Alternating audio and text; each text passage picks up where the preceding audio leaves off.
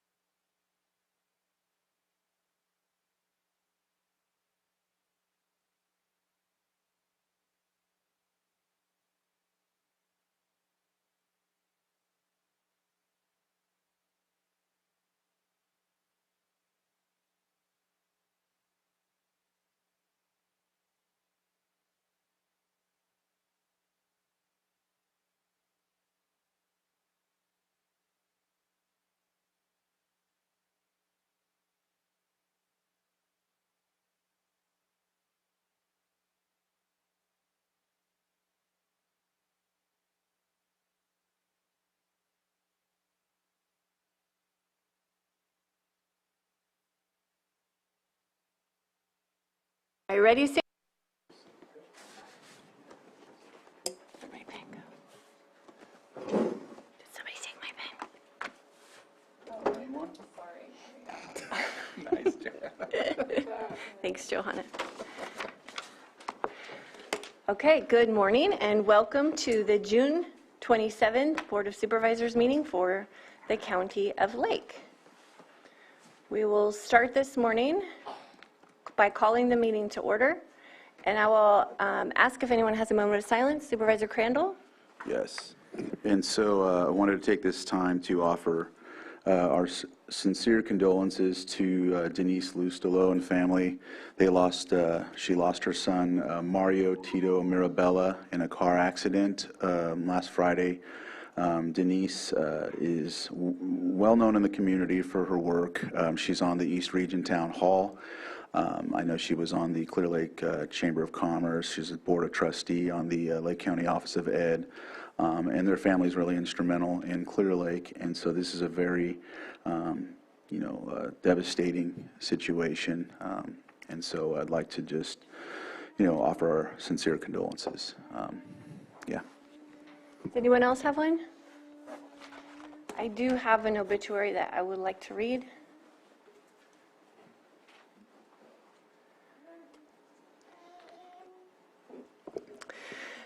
A lot of people, if you've grown up in Kelseyville or the Lakeport area and you've gone to the Ranker Farm stand, you'll know that this passing is It's the end of an era. So Dietmar Rinker passed away in his home in June 11th, 2023. He was born in Salem, Ohio on October 10th, 1930 to Alfred and Kathy Rinker. The family moved to Lake County in 1932 and Dietmar graduated from Kelseyville High School in 1949.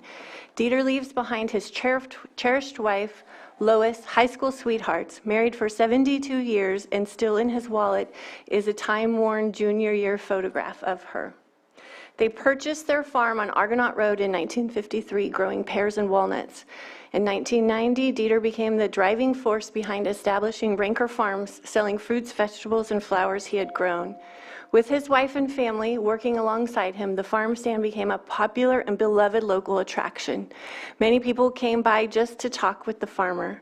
Dieter is predeceased by his mother and father and sister. He is survived by his wife and children and great-grandson. In addition, he is survived by many nieces and nephews and their extended families. The family would like to thank friends and neighbors who supported them during a difficult time, and they would also like to express their gratitude to the nurses of hospice for their care and guidance. And the Rinker Farm is one of those places where people in our community could be really connected to the locally grown food and the farmers who grow them. And that is such an important thing for those of us that live in the Big Valley area or around the Big Valley area and across the country, is really understanding farmers and how they get that food into the grocery stores and how that food ends up on our plates. So we'll start with this moment of silence and then we'll move on to the pledge.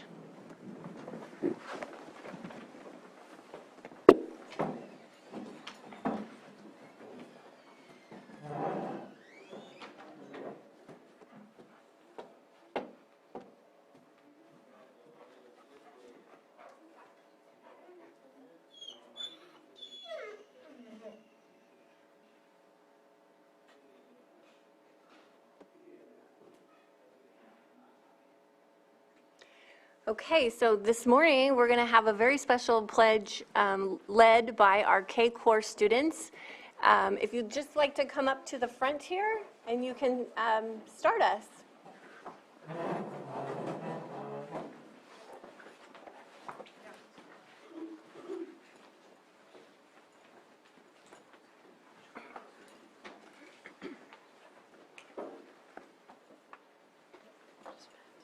Ready? Begin. I pledge allegiance to the flag of the United States of America and to the republic for which it stands, one nation, under God, indivisible, with liberty and justice for all. Thank you.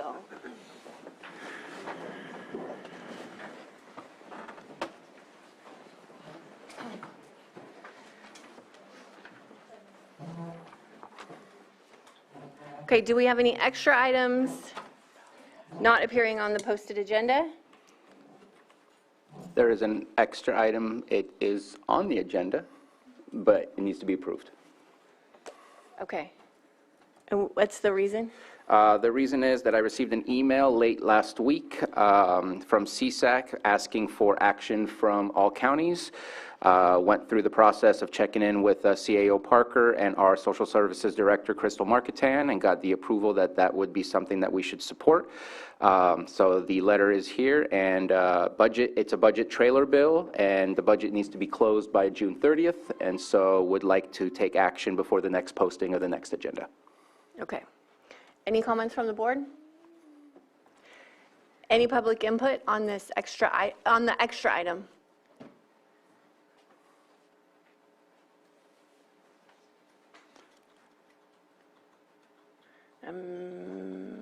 We have one hand up in Zoom. Oh, that's Johanna. Do you have a comment on this? No, I want to be promoted. There we go. Oh, okay. Okay, then I will bring it back to the board for action for adding this item to the agenda. I move to approve the extra item due to its coming to our attention after the posting of the agenda and needing to be taken action on before the next posting of the agenda. Second. All in favor? Aye. Aye. Opposed? Okay, then we'll take that item up a little bit later. So we'll move on to the approval of the consent agenda. It looks like we have several items that are going to be pulled. On my list, 510, 512, 5.33, 5.24, 5.2, 5.15, 5.23, 5.32, 5.34. Does anybody have any items other than that? Is that 9? 1, 2, 3, 4, 5, 6, 7, 8, 9. Yes. Perfect. Okay. Anyone from the public wish to pull one of the consent items? Not seeing anyone in the chambers, checking the Zoom room, no one there. So I will bring it back to the board for action. Madam Chair, I move to approve the consent agenda with the exception of 5.2, 5.10, 5.12, 5.15, 5.20, 5.23, and 5.32, 5.33, and 5.34. Okay, but you started with 5.2, and that was not, is that something that you want to pull? I thought you said 5.2. 1, 2, do you want to read the list? So I amend that to, with the exception of 5.34, 32, 23, 15, 20, 24, 33, 10, and 12. Second. Second, okay, we have a motion. Make sure he's not Second. checking. All in favor? Aye. Aye. Opposed? Okay. The consent Found my error. passes. So we'll start with our timed items. Our 6.1, 9:06 a.m. item, public input. So this is where anyone from the public can come up and they can speak on whatever topic they'd like for 3 minutes. And so I'm going to open that up now, and it looks like we do have a couple of forms filled out. Yvonne Cox. And so just for our guests, everybody that can come up to the podium and speak, they give their name for the record, and then they have 3 minutes, but it is a time to comment. It is, because it's not on our agenda, we can't have a conversation because we haven't let the public know that this is something that we'd be talking about. So go ahead. Good morning, Board. Yvonne Cox. I was the director of the Emergency Warming Shelter. On Wednesday, Sunrise brought in a businessman from LA to turn it around. And his questions to me was, do any of these people have PPOs? Okay. On Thursday, he bombed in on my employee meeting, and he was asking, what are our issues? And I said, our issue is administration. There not being money for food, people not getting paid on time, people not getting paid at all, people being shorted. I said, what needs to be done is something with administration, and hopefully you can clean that up, okay? So me being transparent, I think, got me fired, and I probably intimidated the poor man. We haven't had money for food. I've been paying for the food for the last 3 months at the tune of $2,000 to $2,400 a month for cleaning supplies and food. Ann Barnes has been saying, can't you feed them commodities? Can't you make mac and cheese and tuna casserole? My reply to that is no. We need to supply a healthy meal as well as a clean environment. I am appalled and shocked, and so is everybody else. As you know, I've been working with the community for 25 years. The person he put in my place, last job was Dollar General, also a felon, and no experience.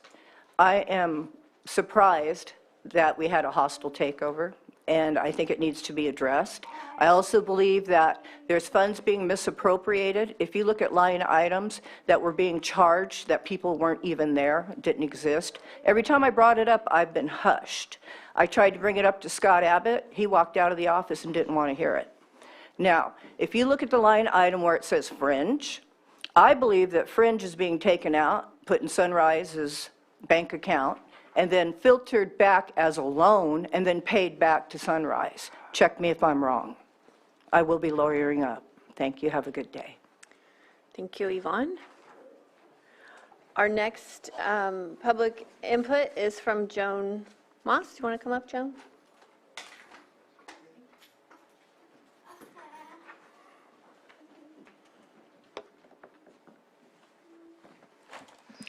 Thank you. I have some handouts for the supervisors, Joanna. And I think I do have one for the administrator. Okay. And first of all, I want to thank the Department of Water Resources for following through with my request. Thank you. I was handed a list of all my public comments concerning the sustainability Big Basin program. And it's 891 pages on the website that I couldn't reach and see. They're going to help me read it. And these are all the comments I've made in the last 3 or 4 years. I think that there's reason to doubt and question the quality of the Superfund site and the names that are being mentioned for methylmercury. But I want to go on to my other comment. I'm reporting about the unidentified aerial phenomena reported by the Epoch Times. It's a paper that comes out every other week. Intelligence officer named David Grush handed in the last 20 years of documents and pictures to the Congress. And the Congress is dealing with it. And David Grush is now called a whistleblower. I think it relates to what people have been watching and experiencing and writing about for a long time on Konocti. That's how it relates to us.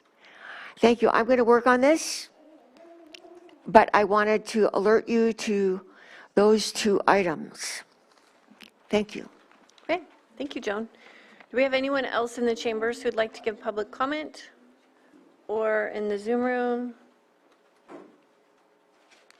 We have one hand up, phone 0122. If you would like to unmute and state your name, and you'll have 3 minutes.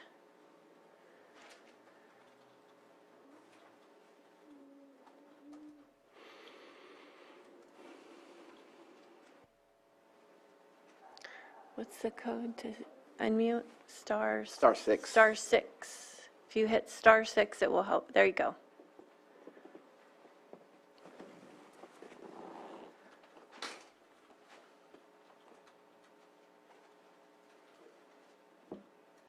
Would you like to state your name?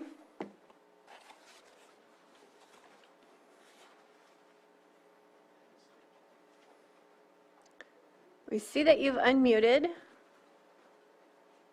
and you've got your talking permitted.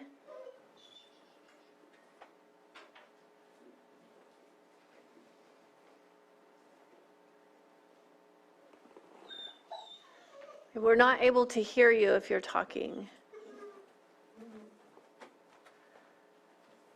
So it seems like, yeah, you've muted again. Okay, try one more time and then we'll have to move on.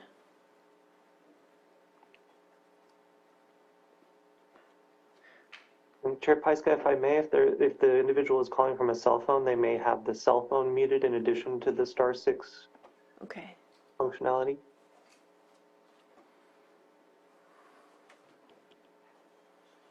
My name is Ginger Kite. Can you hear me? Yes, we can hear you now. Thank you. Thank you for going through that with me and helping me. I didn't mean to speak during this time. I wanted to speak to an item that was on the consent calendar, and I wasn't able to understand the system in order to get in during that time. Is it too late to ask that a consent item be pulled and put in as a regular business item? Which item? 5.32. That item has actually been pulled, so we will be discussing it a little later. It has been pulled? Yes. Okay, thank you. Okay, thank you. All right, bye. Thank you. Okay, if there's no more public comment, we will close that and move on to our 6.2 item 9:07 a.m. Pet of the Week from Animal Care and Control.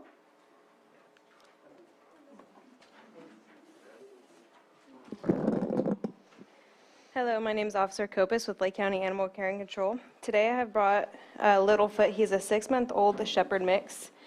He's been through a little bit, and he's been attacked by something, he's been hit by something, and we were not able to touch him when we first got him. Now he is super lovable, super sweet, and wants nothing but attention from everybody. He'd be good in pretty much any home, I believe, and he would be very energetic, very good for a active family. If you would like to come see him, he's at 4949 Hellbrush Drive, and here in Lakeport behind the county jail, and our phone number is 707-263-0278. What's his name again? His name's Littlefoot. Littlefoot. Yeah. Okay. And how old is he about? He's about 6 months old. Oh my gosh, he's so cute. He's really sweet. I think Joni found a new animal.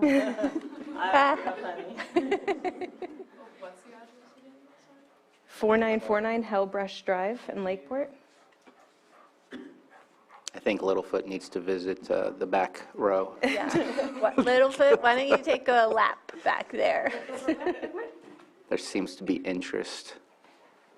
I think I also learned he's maybe a little uncomfortable in silence. It's too quiet in here.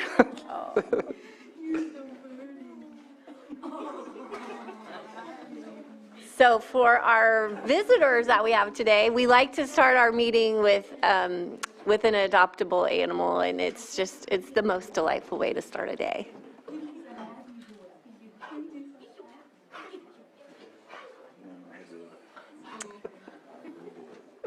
Not too long ago, a dog got adopted on the spot. I'm lost. Yeah. All right. Well, thank you so much for coming, and thanks, Littlefoot. Good luck. Looks like you're well on your way to finding a family.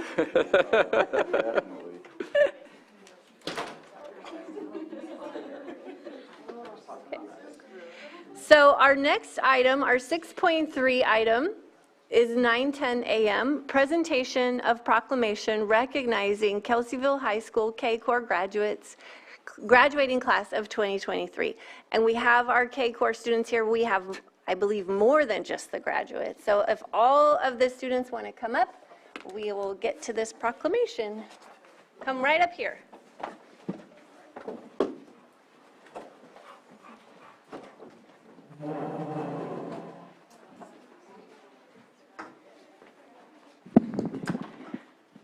Come on up here. I'm so grateful that you guys came today. I know we had to work a little bit around your graduation schedule. Congratulations to the graduates. I think we need your fearless leaders up here as well. All the way up here. All the way up here. There's plenty of room. Come on up.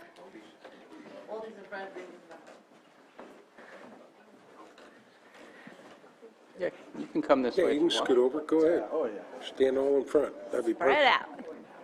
There we go. First 5 are seniors. These are the seniors. Okay. All right, the Board of Supervisors, County of Lake, State of California, proclamation recognizing Kelseyville High School K-Corps graduating class of 2023. Whereas Kelseyville Community Organization for Rescue and Public Service, K-Corps, is a 2-year program in which the student is selected based on strict criterion and academic abilities. And whereas the students work directly with the Lake County Sheriff's Department and are on call for 2 years, 24 hours a day. And whereas the members demonstrate an ability to perform with a high degree of excellence and commitment. And whereas the senior members assist the K-Corps teacher, Mrs. Holt, with training the junior members. And whereas all members become trained in high-angle rope rescue, map and compass, GPS search techniques, evidence search, and body recovery, and members become a certified first responder. And whereas these outstanding Kelseyville High School students have self-initiative and dedication that is outstanding. Now therefore, be it resolved that the Board of Supervisors of the County of Lake does hereby recognize the Kelseyville High School K-Corps who are guided by their focus on the 3 Ps: prompt, prepared, polite, and strive to achieve academic and personal success for all students, passed and adopted this 27th day of June 2023, and signed by the chair of the board. So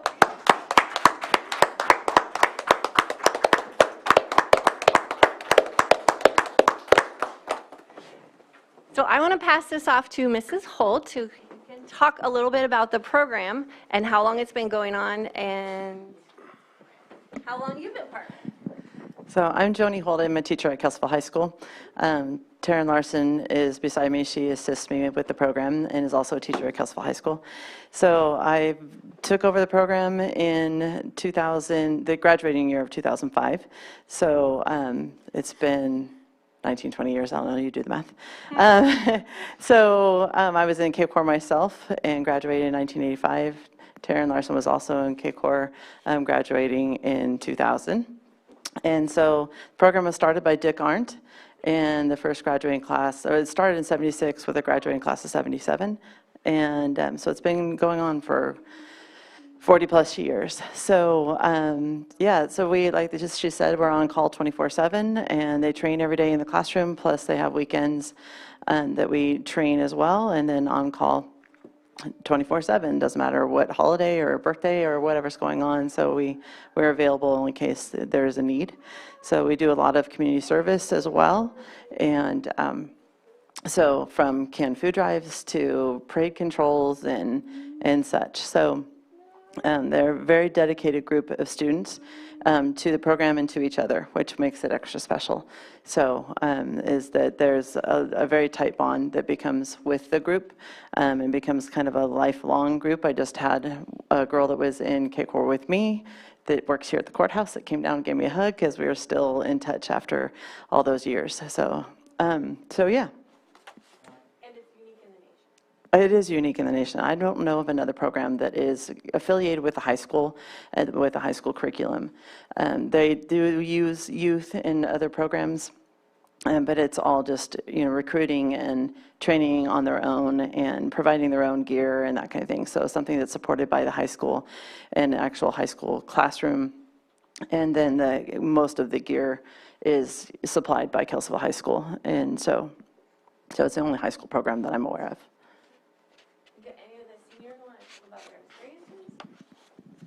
So this is Maddie Madrick, and she was what we call our Squad 1 leader, which is the top leader in Cape Corps this last year. So through Cape Corps, we've had a lot of experience as a whole. We've been on a Pillsbury trip, which is where we learned to rappel. It's a weekend trip.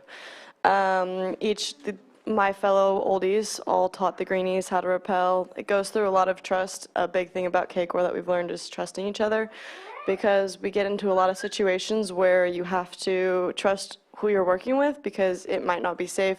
As Squad 1 leader, it was always my top priority to make sure that my team was safe. So not only did I have to look out for the safety of everyone else, but I had to look out for the safety of my team, which became really important to me because something happening to our team would be very devastating. So that's always my top priority as Squad 1.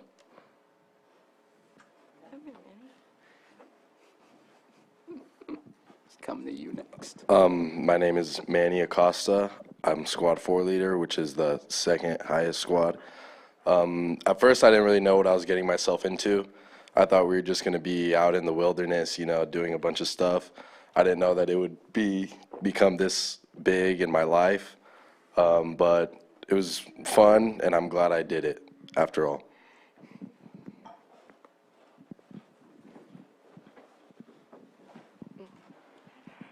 My name is Holly Huffler. I was a Squad 3 assistant, and with Cape Corps, I grew up around it. My older brother was in it, and so I want to continue that, and now my little sister's going to be in it.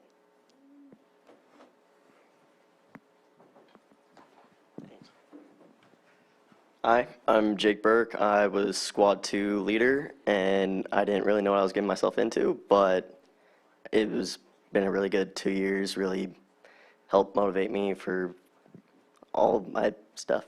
Yeah.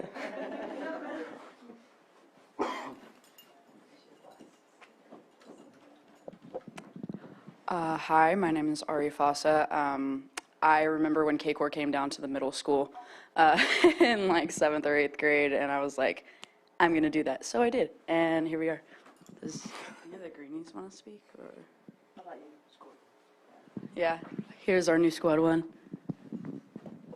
Hi, I'm Elliot Mayo. I'm the incoming Squad 1 leader. This is a program that my family's been a part of and I've looked up to my whole life, and really, really proud to be a part of this and to help lead and work with my team going into the future and teach a new group these skills that are really useful and incredible to have at our high school and our community. So I didn't really know much about this program before I took this position, but right away, my first month of being in office, I had a family member go missing, and KCOR was out all night in the rain in February searching for the child. And that was my first experience. And then I realized there was a tradition for the District 5 supervisor to come to the senior awards nights and present a certificate.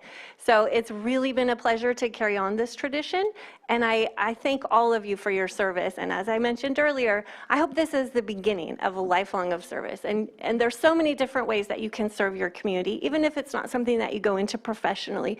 You know, there's always something you can do on the weekends or become a coach, or, you know, all of those ways that people have helped you along the way, those are ways that you can give back later in your life. So I've got a proclamation for each of you to take home today. And the Greenies, I will see you next year at awards night. Thank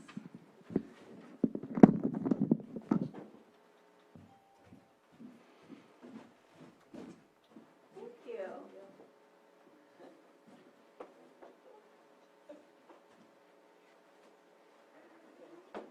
And you guys can see this on Facebook later if you want to watch with your parents.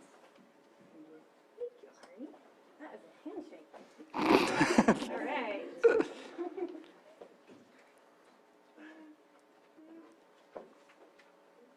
you. Thank you. Thank you. Thank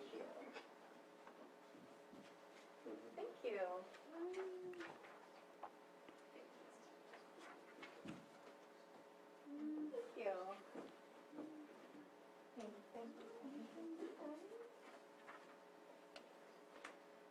Should we do it this way? Yes, Like, should we do it after graduation or before? I think Oh, it's we got to before. senior awards night. Yeah. Well, we'll do both. Yes. Okay, and then lastly, Sam takes a picture. Do we have a chance for comment? Oh, sorry. Yes, comment. So I just want to make sure that you guys recognize the acknowledgement that the county has for you, not just in your local area of Kelseyville or not just here in this boardroom. I was spending some time with some of our fire districts and our hospital CEOs, as well as others that are involved in healthcare and first responders. And you guys came up as a potential option and opportunity of who we can look at to help us in some of the issues that we have. And so your service is recognized widely across the county, and it's appreciated that you have stepped up and volunteered to be in these positions and the work that you do. So I just want to make sure you're aware of that, and I want to say thank you. Anyone else from the board? Yes, I'll expound on that. Thank you for bringing that up, Bruno. And all of you are from Lake County, you know, and that's a special thing. And a lot of times when it comes to whether it be law enforcement or first responders, when it comes to EMTs or working in the North Shore Fire or other fire departments, they struggle with keeping people because they come from different areas, get some good experience, and then they leave. A lot of you are from here, so that love for Lake County is already there. And so just encouraging you to take a look at that, and whether it be wherever in Lake County, we would love to keep you here. We love the enthusiasm. You all are doing something at a young age where you're gaining all sorts of good values and service, and so that's very important. Thank you for that, and I hope you consider some of the needs here in Lake County and stay and be a great part of it, because you've grown in, as a seed, you've grown into good, flourishing, potential people when you get to that level where you know what you want to do. So thanks again. All right, and Rachel over, face this way. You guys from Rachel over. is there anyone from the public? You guys done this before? Would like to speak? Do we have anyone in Zoom? Am I supposed to? I forgot to open it up I for feel like public I should comment. turn to the left too. I'll just stand here. No. No. We're facing. Oh, okay. It's like a V. Okay. We're doing public comment. Joan Ross. I've done a lot of things in my life, and I've been a lifeguard and a substitute. And I just wanted to tell you that my best day of substitute teaching was for K-Corps. Kelseyville High School, my son went there, and I showed up at K-Corps, and I felt like a guest instead of a sub. And you know the difference. So I wrote it up for the record B, how wonderful it was to be a substitute for K-Corps. Because of your, and this was years ago, 5, 10 years ago, but I want to tell you that it was wonderful being a guest instead of a sub. Thank you. Anyone else in the chambers? Anyone in Zoom? Any hands up? You missed it? I No? don't Okay, all right, now we're ready, Sam. Okay, so let's try this. How about if you all open up the proclamations? There you go.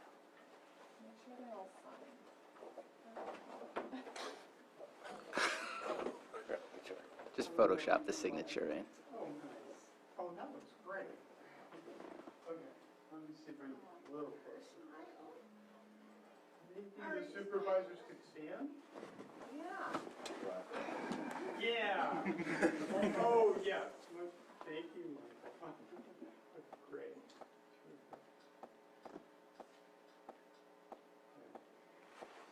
Is everybody smiling? Yes, you got it. Yay.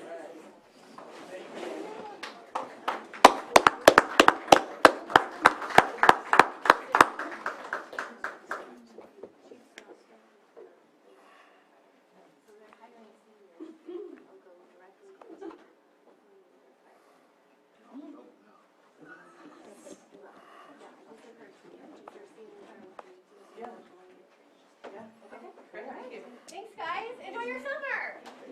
I know you're on call, but. Jessica, is it okay if we go? Okay. Thank you for coming. All right, guys, grab your stuff. Thank you. Thanks. Thank you very much.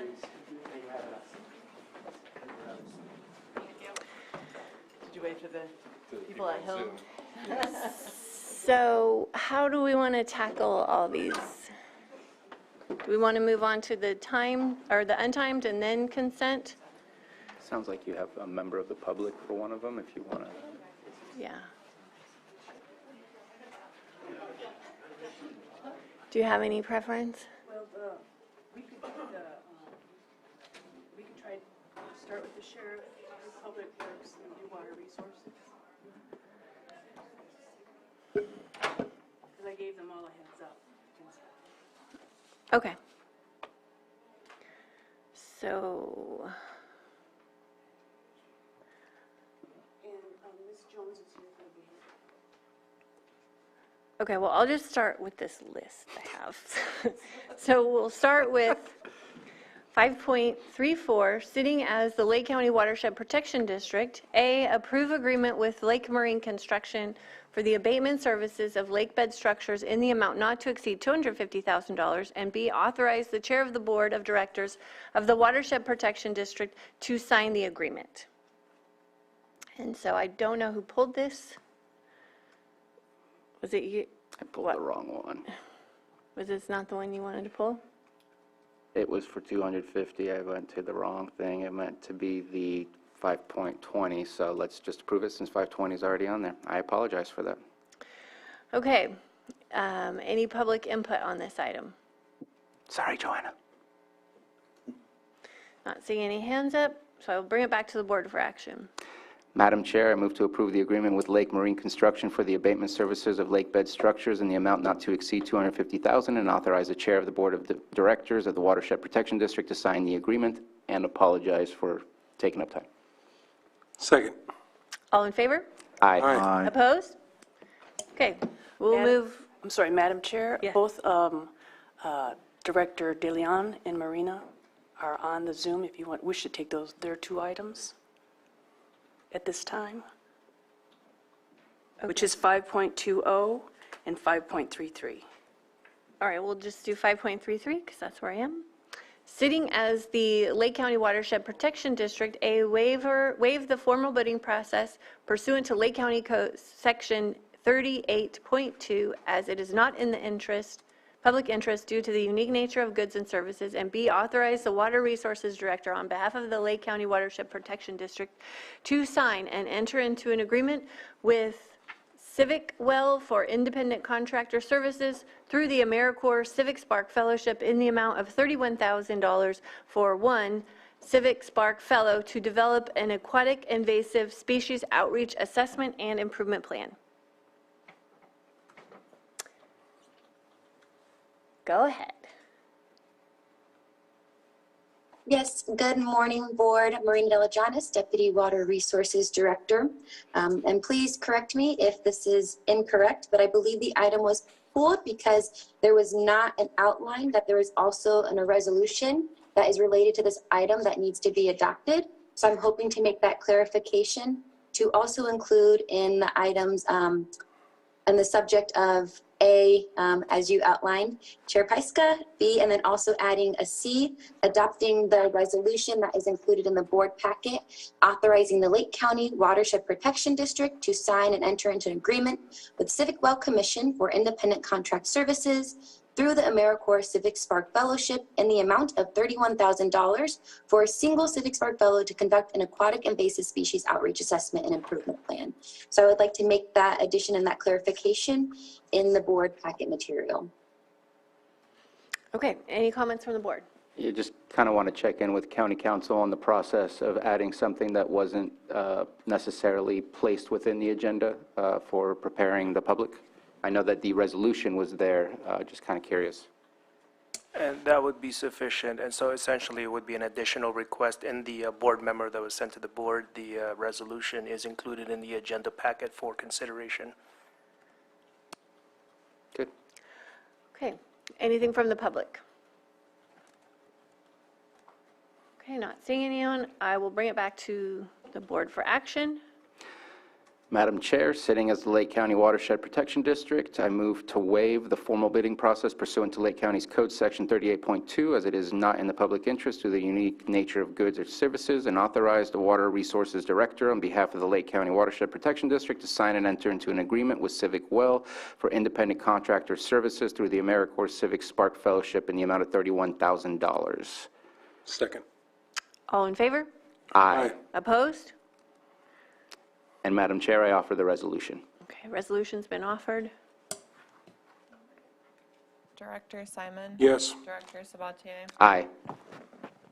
Director Crandall? Yes. Director Green? Aye. And Director Pyska? Yes. Thank you. Thank you. Thank you.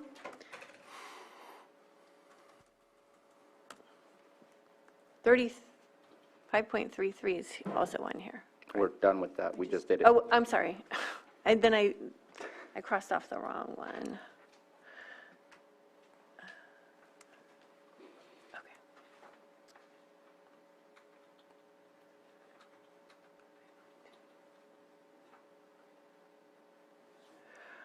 Okay.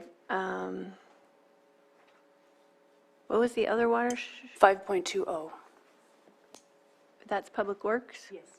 Okay. 5.20, A, waive the formal bidding process pursuant to Lake County Code Section 38.3, as it is not in the public interest due to the determination that competitive bidding would produce no economic benefit, and B, approve the agreement between the County of Lake and the Clear Lake Environmental Research Center for consulting services related to hazardous tree removal as part of the Soda Bay Corridor Evacuation Route Grant, and authorize the chair to sign.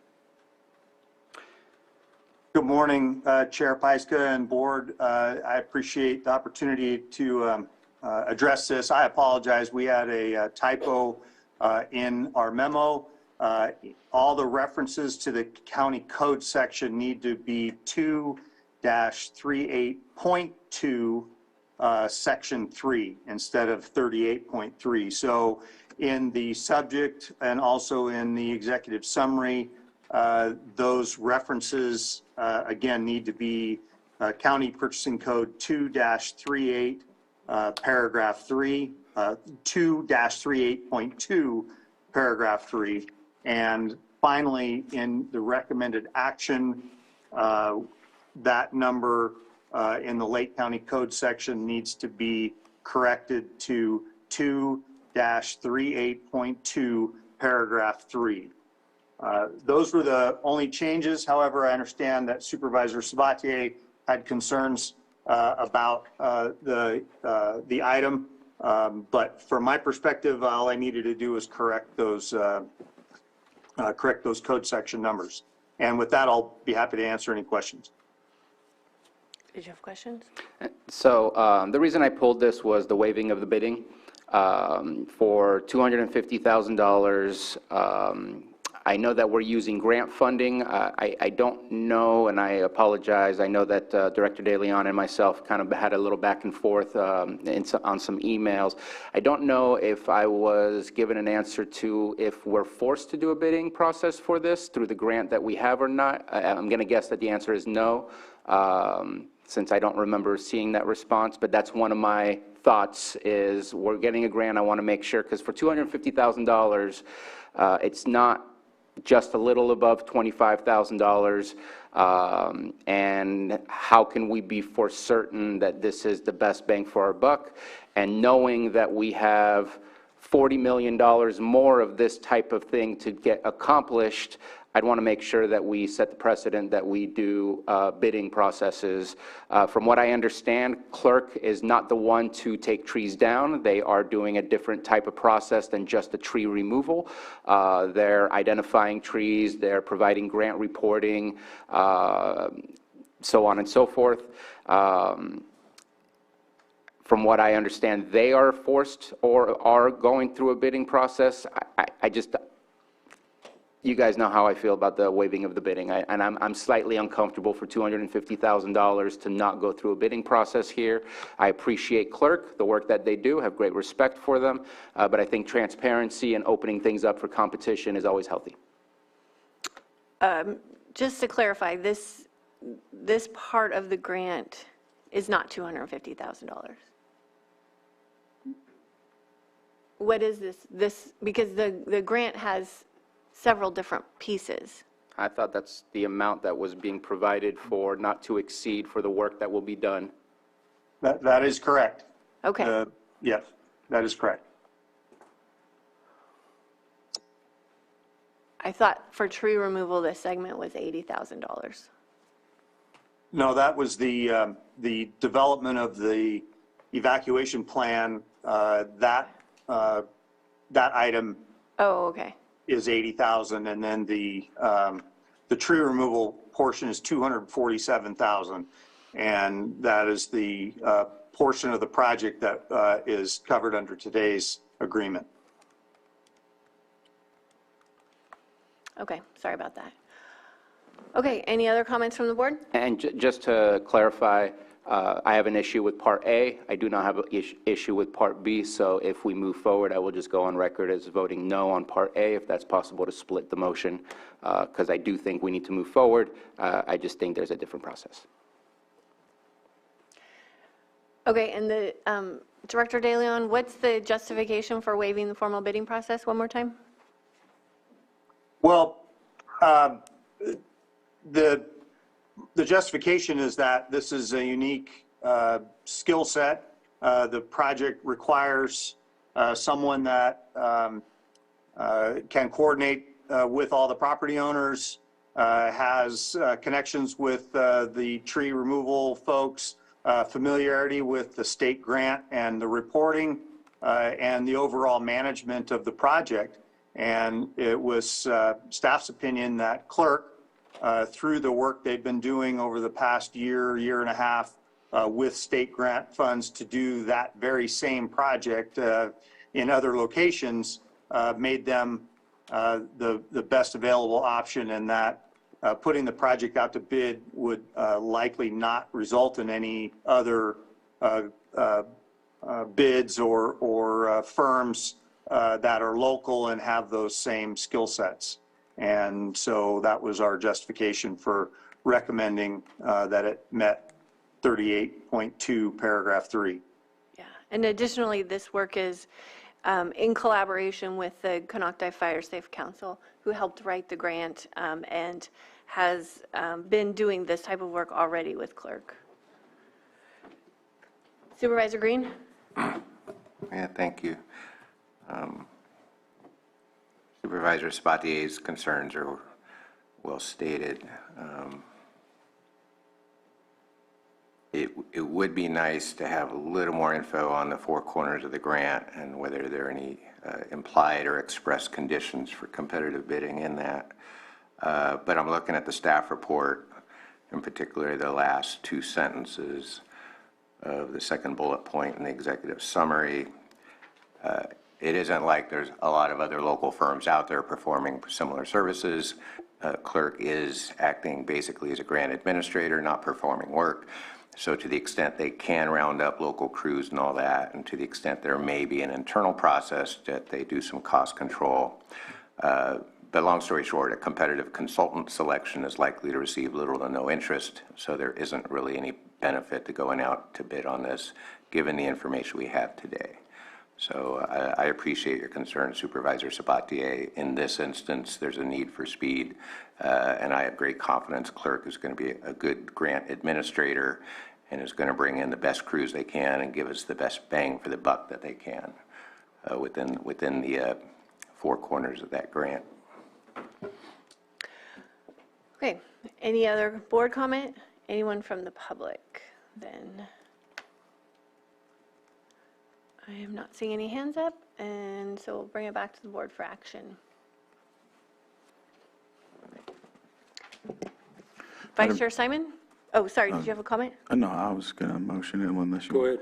So I'll motion to waive the formal bidding process pursuant to Lake County Code Section 38.3 as it is not in the public interest. Got to make the amendment there. Oh.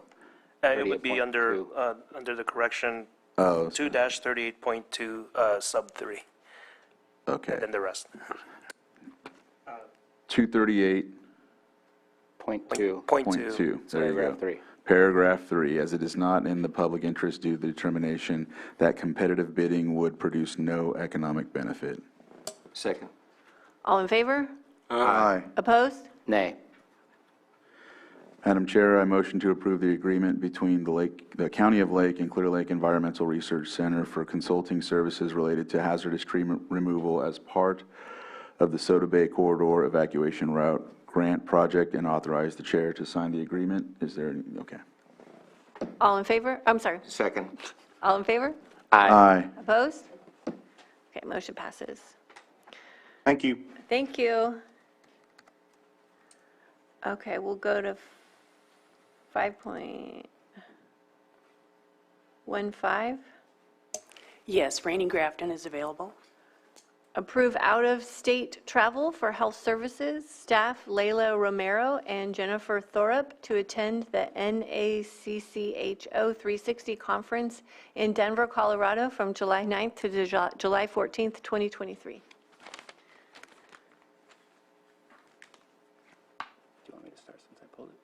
Oh, yes, Yes. Go ahead. So I have absolutely zero issues with this. This is a good conference, but I did want to make it more transparent to the public, as there was not an amount of what the cost of that out-of-town travel is, and I thought that was an important part for everybody to know. And so in my communication with Rainey, thank you very much for the correspondence yesterday, I believe it's $4,900 for the cost of the travel of the conference, and I just wanted to make that public. I did receive a correction on that after we spoke. The total cost was $5,100. Okay. Apologies. No worries. Thank you. Thank you. Any comments from the board? Anyone in the public?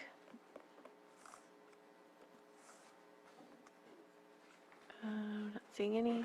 Okay, I'll bring it back to the board for action. Madam Chair, I move to approve the out-of-state travel for health services staff Layla Romero and Jennifer Thorup to attend the NACCH 0360 conference in Denver, Colorado from July 9th through 14th, 2023 for the amount not to exceed $5,100. Second. All in favor? Aye. Aye. Opposed? Okay, thank you. We'll go down to 5.12. Approve Board of Supervisors minutes for June 6, 2023 and June 13th, 2023. Did you pull this? Yes. Okay. So Madam Chair, I was looking at the 613 BOS minutes, and there was a presentation regarding on 6.7 regarding the algae, and I just wanted to make sure that it said Supervisor Crandall and Sabatier presented, not just Supervisor Sabatier. I wanted to make sure that the minutes were appropriate for who the presenters were on that item. Okay, any other board comment? Anyone from the public? Okay, I'll bring it back for action. Madam Chair, I move to approve the Board of Supervisors minutes for June 6th and June 13th, 2023, Second. as amended. Second. All in favor? Aye. Opposed? Madam Chair, Yes. Scott Horning is on Zoom to present or to answer any questions regarding 5.32, and we also have Lieutenant Bingham will be available soon, also on Zoom. Okay. And we have, I was going to go do 510, and we've got Elise here. Okay. Approve the agreement between the County of Lake and Crisis Support Services of Alameda County for after-hours crisis support services in the amount of $88,200 for fiscal year 2023-24, and authorize the board chair to sign. I'm not sure, who pulled this one? You did? Okay. And so on the agreement on Exhibit A for scope of services, as I was going through that, I reached section 4.2 for the days off, and it says on holidays as follows for fiscal year 22-23. That needs to be changed to 23-24. And I'm just going to read through what the changes should be, because these are all holidays from a prior year. It should be, if we're agreeing on a contract for the following year, to make sure those dates are correct. So it'll be Tuesday, July 4th, 2023, Tuesday, September 5th, 2023, Tuesday, October 10th, 2023, Saturday, November 11th, 2023, Friday, November 24th, 2023, Saturday, November 25th, 2023, Saturday, December 23rd, 2023, Tuesday, December 26th, 2023, Wednesday, December 27th, 2023, Thursday, December 28th, 2023, Friday, December 29th, 2023, Tuesday, January 2nd, 2024, Tuesday, January 16th, 2024, Tuesday, February 20th, 2024, and I think they were trying to trick me because it's a leap year, Wednesday, May 29th, 2024. And that should be the changes that I was looking to make, unless there are other changes from the board. Any other comments from the board? Any comments from behavioral health? No, thank you for that catch, Supervisor. Appreciate it. Any public comment? Let me just check the Zoom room and then bring it back. Okay, Supervisor Green? Yeah, I just want to make sure in October, because we have a mismatch between the state and the county. So Monday, October 10th, is that holiday for us? That's their holiday for the Alameda Crisis Hotline, not ours. It's when they are not going to be providing the service. So whether it matches what we have or not, I don't know that we have an ability to change their days off and on. Thank you. If there's no further comments, I move to approve the agreement between County of Lake and Crisis Support Services of Alameda County for after-hours crisis support services in the amount of $88,200 for fiscal year 23-24, and authorize the board chair to sign with amendments as stated. Second. All in favor? Aye. Opposed? Okay. Then,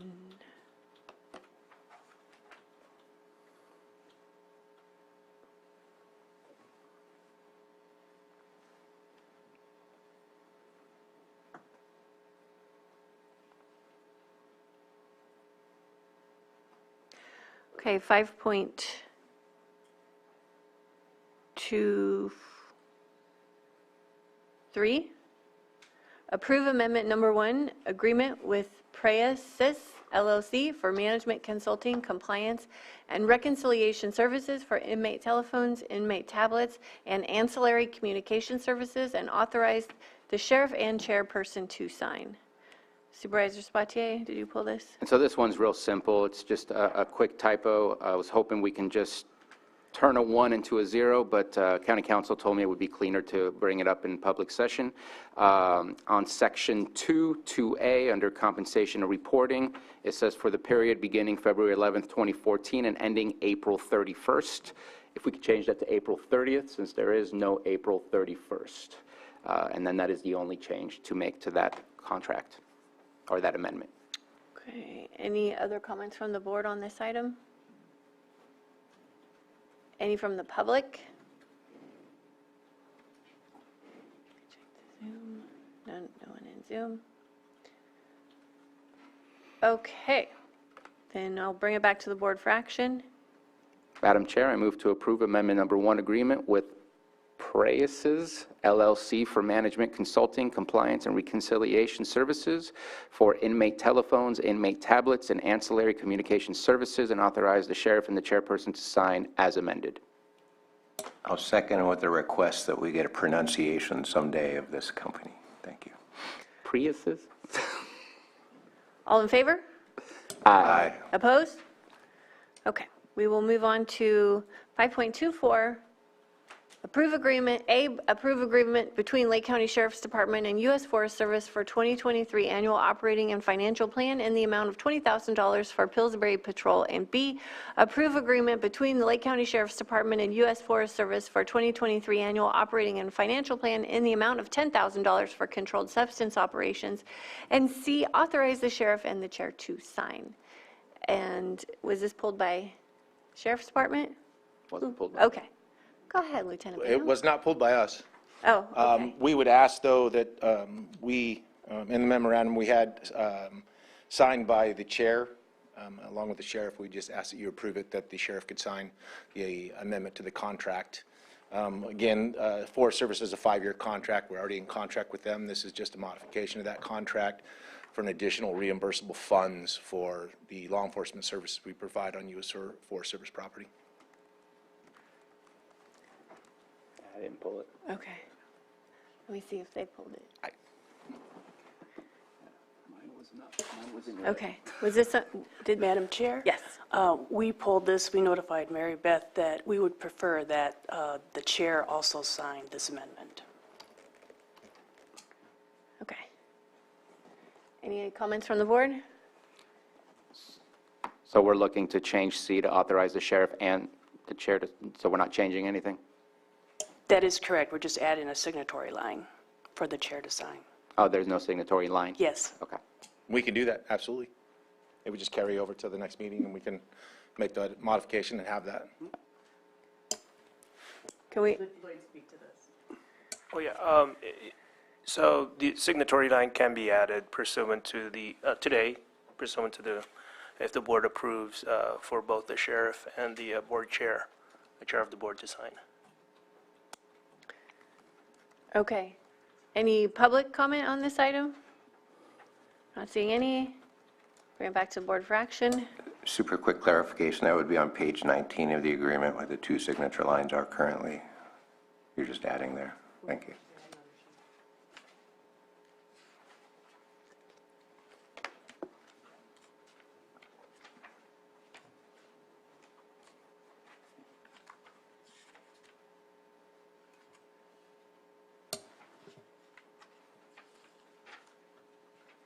It's a lot of pages.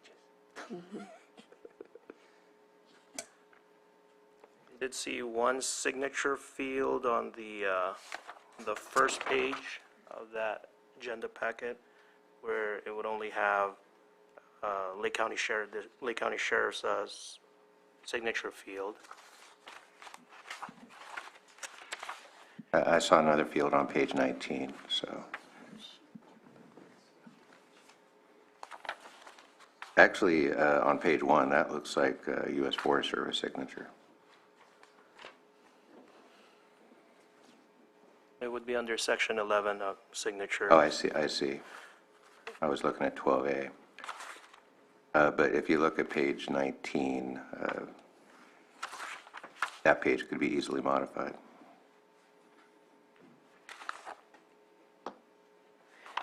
Supervisor Sabatier? Take it this is a template format application, and so adding our own signature sheet and making sure that it's like Exhibit A or whatever it is that needs to be as an addendum is what we should ask, an addendum signature for the chair. When I spoke to Mary Beth, she was just going to add a signature line on a separate sheet to this application. Yeah. It's simpler that way. Since this is a template, I don't know that we should mess with a state form. Correct, that was my understanding. This is a U.S. Forest Service or a federal modification or federal modification grant. We did create a separate Exhibit A with the board signature for this. We just did not originally submit it with the contract, which we can definitely do and then have the board sign it at that point, if that's what the board wants to do. I'm good with that. So if I see the recommended action is worded correctly to the point you're raising, you want the chair to sign as well. So if I just make the motion as recommended, that would cover this, right? There's nothing further. I move to approve the agreement between the Lake County Sheriff's Department and the U.S. Forest Service for 2023 annual operating and financial plan in the amount of $20,000 for Pillsbury Patrol, and approve the agreement between the Lake County Sheriff's Department and U.S. Forest Service for 2023 annual operating and financial plan in the amount of $10,000 for controlled substance operations, and authorize the sheriff and the chair to sign. Second. All in favor? Aye. Opposed? All right. Thank you. Thank you. So next, last one. 532. Did you pull this one? Yeah. Okay. 5.32, sitting as the Lake County Sanitation District Board of Directors, adopt resolution approving an exception to Lake County Sewer Code Section 205, allowing APN 012-026-140, located at 9586 South State Highway 29 in Lower Lake, to remain on a private septic system, and pulled by Supervisor Sabatier.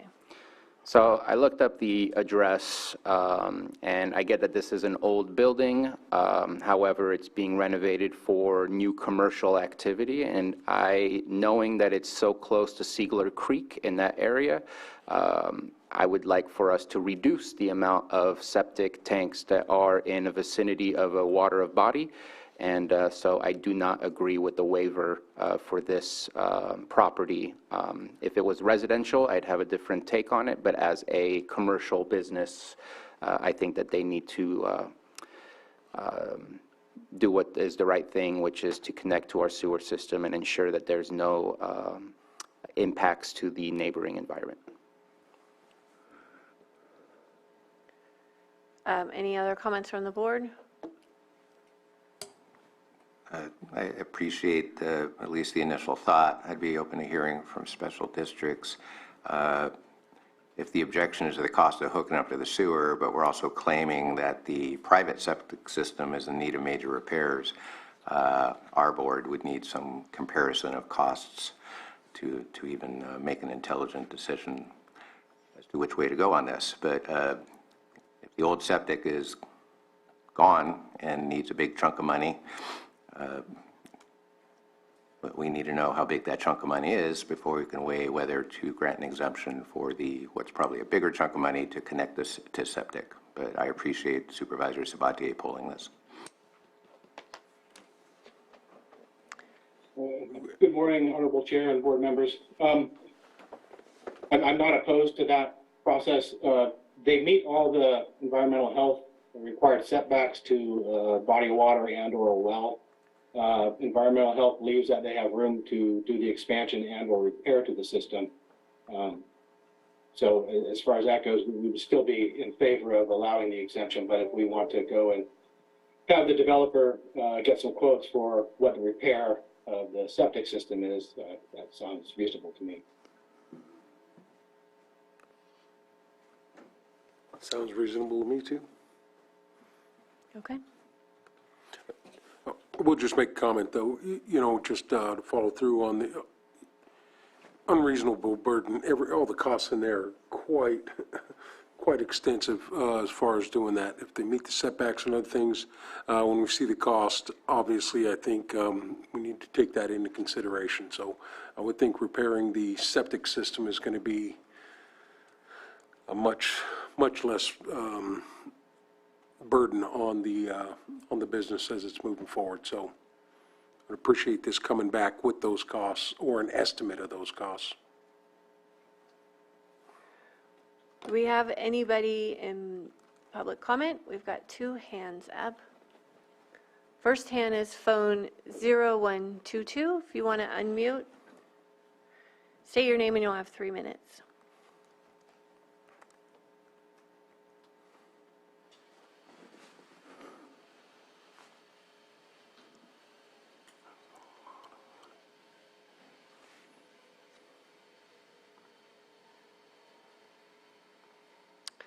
Are you able to unmute?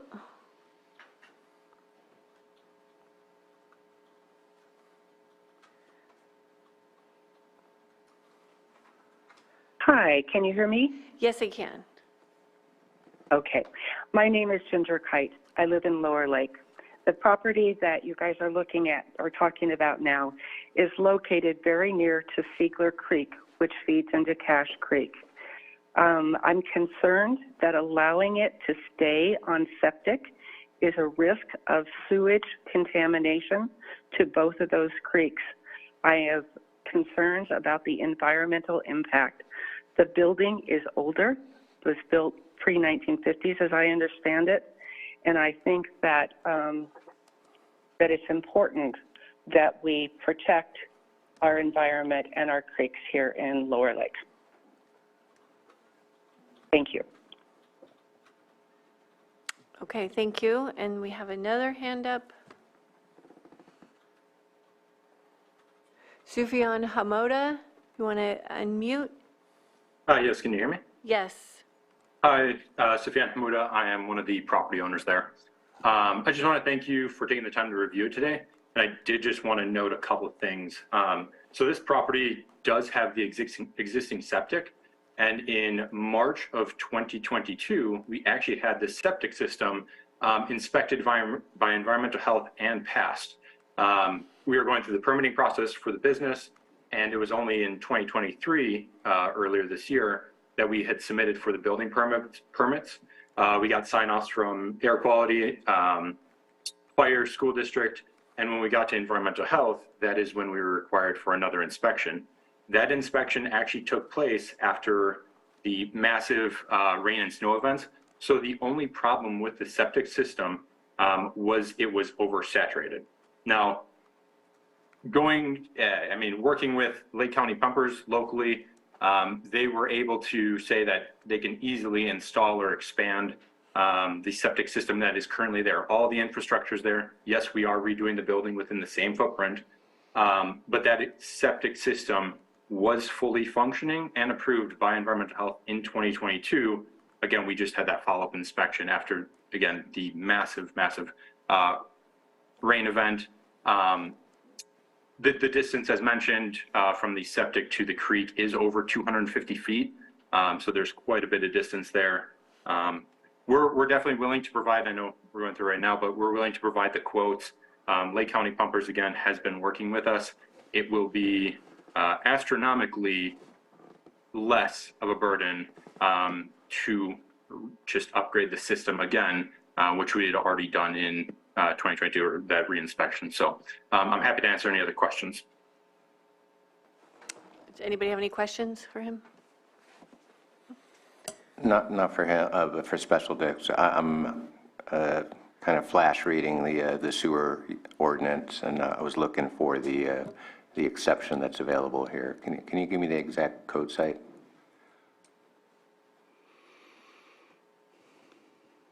It says section 205. Yeah, 205 and 204.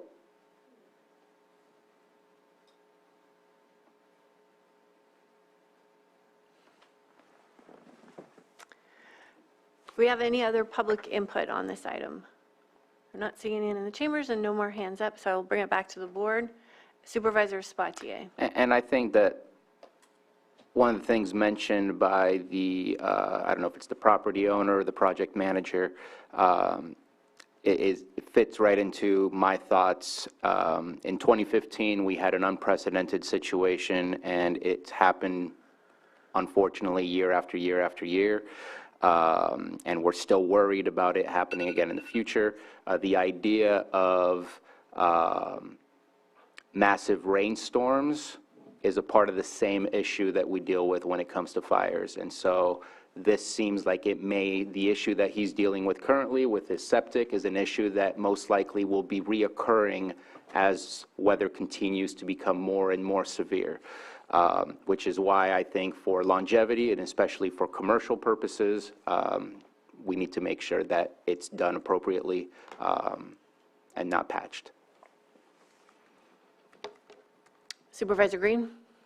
I would just like to point out that Section 204 provides that the board may, on its own motion, find by reason of special circumstances. I don't see a process where any particular landowner may move for relief based on special circumstances. If we do this for this applicant, I can think any number of future applicants who would say, hey, it's going to be a lot cheaper for me to rehab my my septic than to go on sewer. So apart from the general affordability concerns raised by this applicant, I'm looking at the exact text of 204, and absent some metric of what special circumstances would apply in this case, or in any future case that could be caused by any precedent that this would do, I don't know that a cost comparison in and of itself is going to be sufficient to create those special circumstances. But I'm open to continuing that discussion at a later date. Vice Chair Simon? Yeah, my comments were so that we have the full story to have the conversation as we're moving forward. I clearly hear the environmental concerns as we're attempting to do other projects around the county to get as many folks on the septic system as possible. So understanding that conversation, but would also like to have the full picture all the way around before we make the final decision. And I'm good with that. I'm good with moving forward with more information. Yep. Okay, so consensus to bring this back? Yep. Okay. All right, thank you. All right. We have gone through all the consent items. Cleared your list. Cleared the list. Okay, well, why don't we take up the extra item?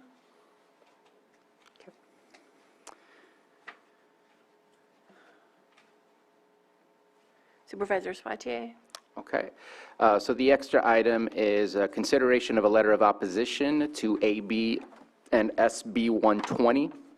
It is a human services trailer bill regarding the specifics, because the bill is, I don't even know if it's 50 pages, 80 pages, but it's specifically to the IHSS penalties that are being applied. They are, I agree with the language that CSAC provided for us, which is it puts us at a loss as to why are we even going to negotiate if we're going to get penalized, if we do a good faith effort to negotiate and we can't come to an agreement. That is not something that I would support at all. And the penalty is a decrease of 10% of our IHSS funding that we would receive, and if not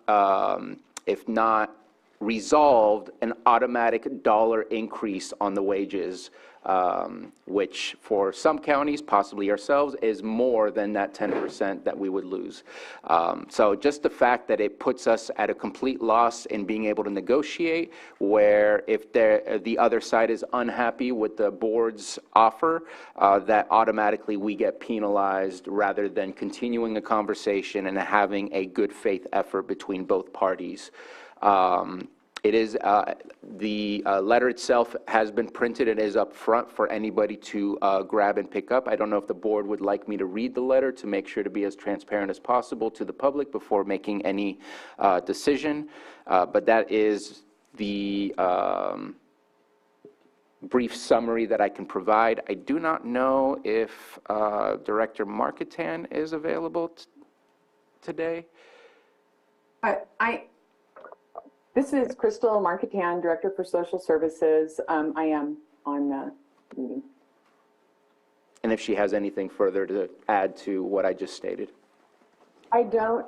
My reading of it is exactly as you described, and so I am in favor of the board signing the opposition to this. signing a letter of opposition. Supervisor Green? Yeah, I appreciate this coming forward. This is complicated stuff. Budget rider bills are complicated. I'll just take it at face value that this was kind of a last-minute tweak, but there's a lot of goodness in this bill that probably needs to move forward. So, and I haven't had the opportunity to go through all the pages. My only constructive suggestion would be if we can identify which section of the Health and Safety Code or Government Code this amendment applies to, that would add a certain amount of specificity. We're not opposed to the whole bill, it sounds like, but we're opposed to this one kind of last-minute addition, which is termed, at least in one of the latest analyses, the IHSS collective bargaining county penalty.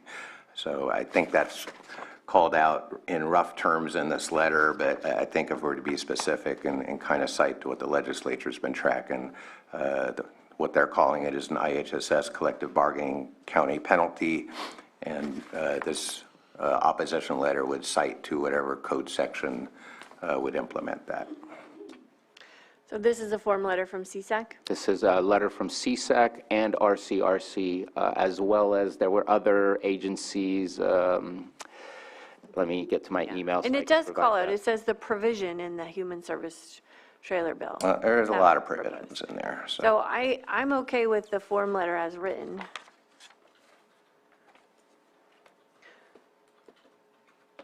But I will open it up to the public. We have anyone in the chambers? Anyone in the Zoom room? Okay, we do have a hand up. Crystal Marketan, Director Marketan. I wanted to add that the California Welfare Directors Association is also cited as not being in favor of this last minute change. And it does, it's a heavy burden for counties, particularly a county the size of Lake and the size, with the size of IHSS caseload that we have. And so, you know, we will negotiate when our contract is expired. We will do so in good faith. I don't think that this will help anything. Supervisor Sabatier. And so if I may add, so we have the California State Association of Counties, CSAC. We have the California Association of Public Authorities, CAPA. It was just stated that there's County Welfare Directors Association of California, Urban Counties of California, and the Rural Counties Representatives of California are all opposed to this specific additional penalty. There is already a penalty for not negotiating and for not having a good faith effort, but this strengthens and adds barriers that are absolutely going to keep us on our heels rather than being able to continue to have good conversation with our IHSS union. Okay, ready for action? So I just had a question, Supervisor Sabatier. I heard you mention something earlier.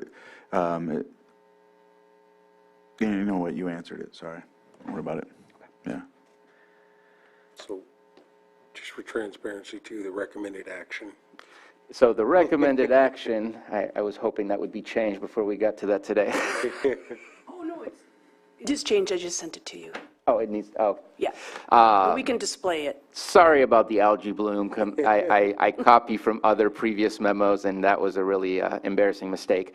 The recommended action would be to approve the letter as written. I would like to make sure we send it to Senator McGuire, Governor Newsom, and I don't know if there's any additional folks that we want to send that to. I know that I'm looking at our CAO to make sure that those are the appropriate ones to send it to. It has been sent to a committee.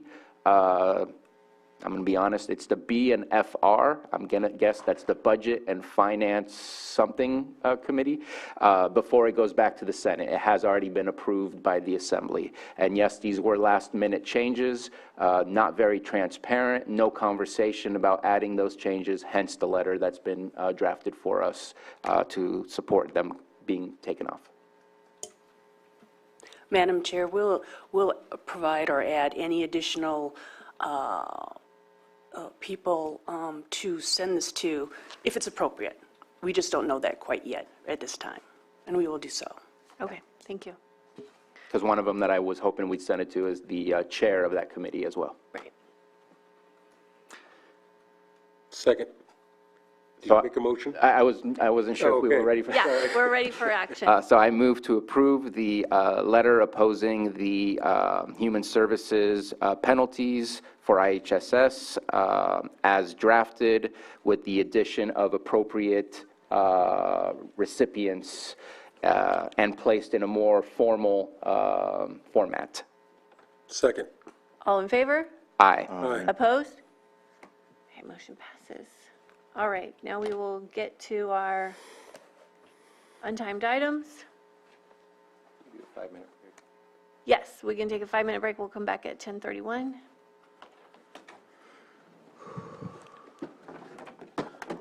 So.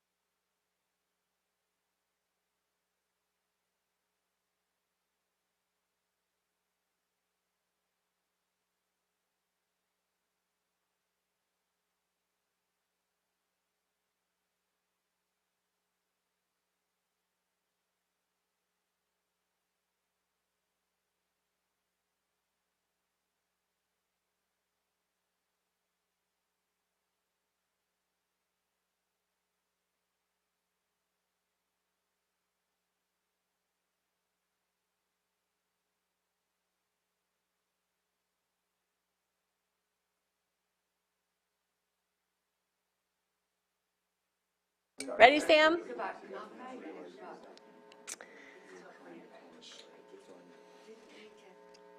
Okay, we are going to, we ready? We're going to tackle our untimed items. We will start with 7.2, consideration of requesting Armstrong Consultant to provide a Lampson Field Airport expansion conceptual plan. Supervisor Sabatier. Thank you very much. This is a topic that I've been kind of going back and forth with Director De Leon, I want to say for the last 4 years, trying to see what the airport land use committee, because I've been on that for a while, but we haven't had the chance to meet. There's been there's a lot going on in that department, and so we just have not been able to meet. That maybe hasn't been a reason to meet. Land use is very specific, but I know that we have limitations on our airport. When we were going through the process, sorry to go kind of around full circle, but when we were going through the process for the Maha project, I remember speaking with the project manager that they were renting a hangar in Sacramento and that they really would love to have something more local. Then I know that there's a couple of businesses that are not able to use it because of the inability for larger planes to access it. And then in my conversations with our fire districts and hospitals about transport for patients, it was brought up on the vast difference between a helicopter ride and a fixed wing flight.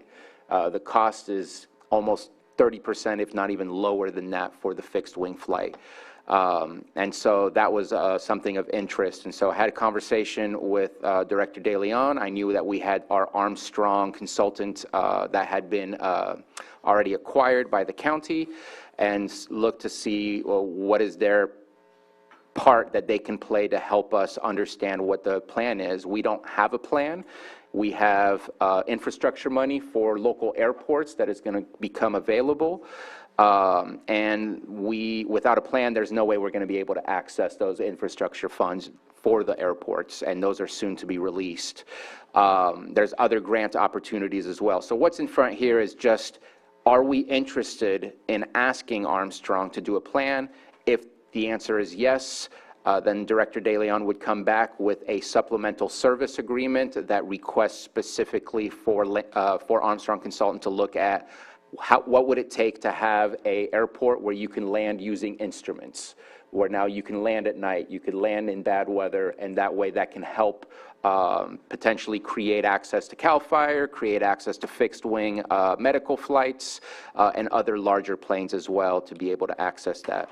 And so just wanted to bring this to the board. I do want to provide an apology to Supervisor Green. I slipped and said something to Chair Pyska about airports, and so I had already compartmentalized myself to not being able to speak to you. But this is an airport that serves the entire county, not just a specific district. And again, no action is being taken today other than consensus and direction to staff. The details, Armstrong Consultant did provide a potential cost summary and a potential scope for doing this. That doesn't mean that what we say yes to today is exactly what's there. That will be in the details of the supplemental service agreement when that comes back to us.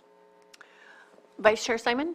Yeah, I just obviously support the idea, using the Lampson, but my request would be if we're going to do it and really look for the infrastructure, we've been limited at the airport. I've heard many conversations here at the board level through the community talking about it. If we're going to do one, I would rather it be the entire county. Maybe the airport we build isn't at Lampson. Maybe the airport we need to build is in a different part of the county or a different opportunity. I know line of sight, other things. I am not a pilot, but these are just some of the concerns that have been brought up. CAL FIRE, a great one, as you said, whether a helicopter or plane. Helicopters can't fly in some of the inclement weather.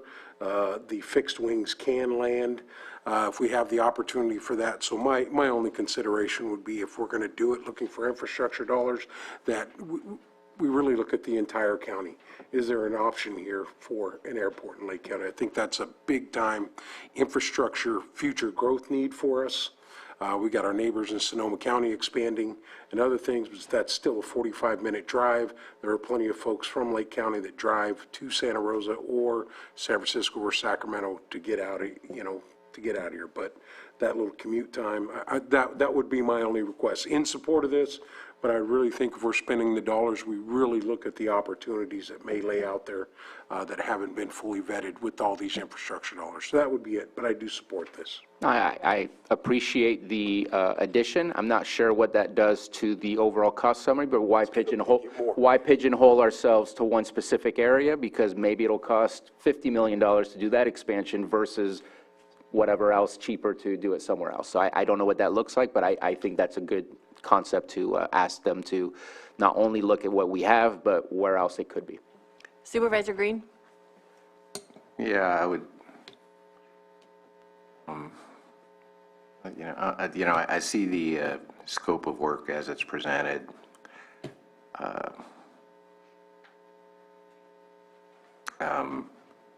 And if we were kind of, and my question to you, Director De Leon, yesterday was like, what do we know about in terms of a master plan?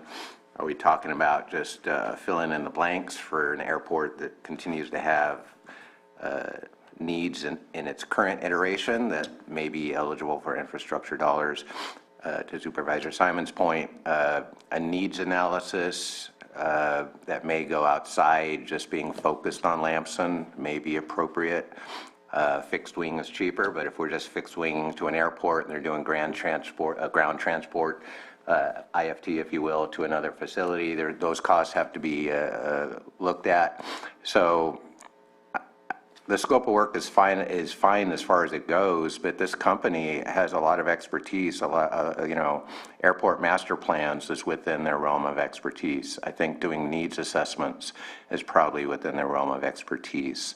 So although this is presented as kind of an infrastructure-y engineering proposal, I do like taking a broader look at things. I don't know how much we can get out of that current site. When they put it there, they knew that it had some inherent limitations as far as takeoffs and landings, but for the size of the facility as it was envisioned at the time, probably fine. So one question would be, how do we update it? How do we make sure it continues to be appropriate for those uses? But times change and our needs change. I'm not a big fan of the build it and they will come in terms of air tanker bases or helicopters or even fixed wing medical aircraft. So as part of the needs assessment, maybe a referral to Emergency Medical Care Committee would be appropriate so they can at least be contacted during the scope of work that ultimately is approved here. So I guess my request would be, I love this as far as it goes. I agree with Supervisor Simon, it could go farther into kind of a needs assessment for aviation for our community as a whole. Probably the bulk of that will end up at Lamson Field, but there may be opportunities for other things we can look at. So thank you for bringing this forward. No harm, no foul about getting looped out at that. But my suggestions would be at some appropriate time, let's get our first responders involved and get their understanding about the needs and the benefits that we could do by expanding services, commuter aircraft, commutes to the Bay Area and stuff like that. Supervisor Simon mentioned that's also an important aspect of this. So there is a master plan, a moldy-oldie master plan at the airport, and like many master plans of that age, it covers what it covers, but it doesn't cover what we have here. So this is good. This is kind of infrastructure-based. I would say kind of a master plan update might be a more fruitful use of that money.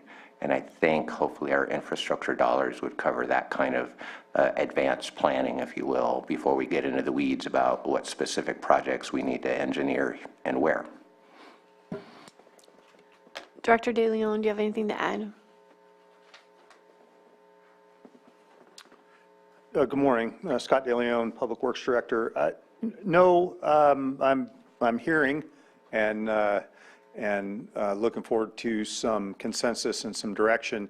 I do think that they are two separate, the two things you've brought up here are two separate proposals, and I would actually ask Armstrong to separate them. One to be look at Lamson in basically the format that they've provided, and it's schematic in nature. It's a planning tool. It's something that you could use to say, okay, here are the impacts, the ramifications, and is it suitable to do this work? Because with the additional length of the runway, you need to be considering the width of clear space and other things. And so it's a pretty complicated analysis. I would actually ask them to do that, and in addition provide a proposal to do a countywide needs assessment or a countywide assessment of potential locations that could be considered.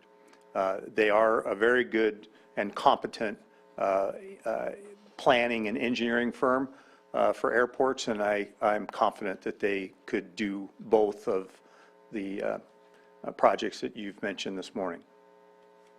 Okay, that sounds good, and then we'll have an idea of cost when it comes back. And I'm good at looking at that as two separate things as well. One of the reasons also to bring this is, to me, I see our airport's limitations as being a hinder to our potential economic development that the airport can provide for the entire county, whether that's being able to fly out with products and use that as a shipping ground, or whether that's to bring in materials or bring in stuff. So I think there's a lot of parts that comes together after the fact, but if we can't expand it, if we can't make it instrument approach airport, then at that point, yeah, we do need to look at other places and whatnot. So two different things I'm in favor of. Okay, do we have any public comment on this? We're not seeing anybody in the Zoom room. All right, so I think we have direction for you. Consensus? Yes? Okay, thank you. Thank you.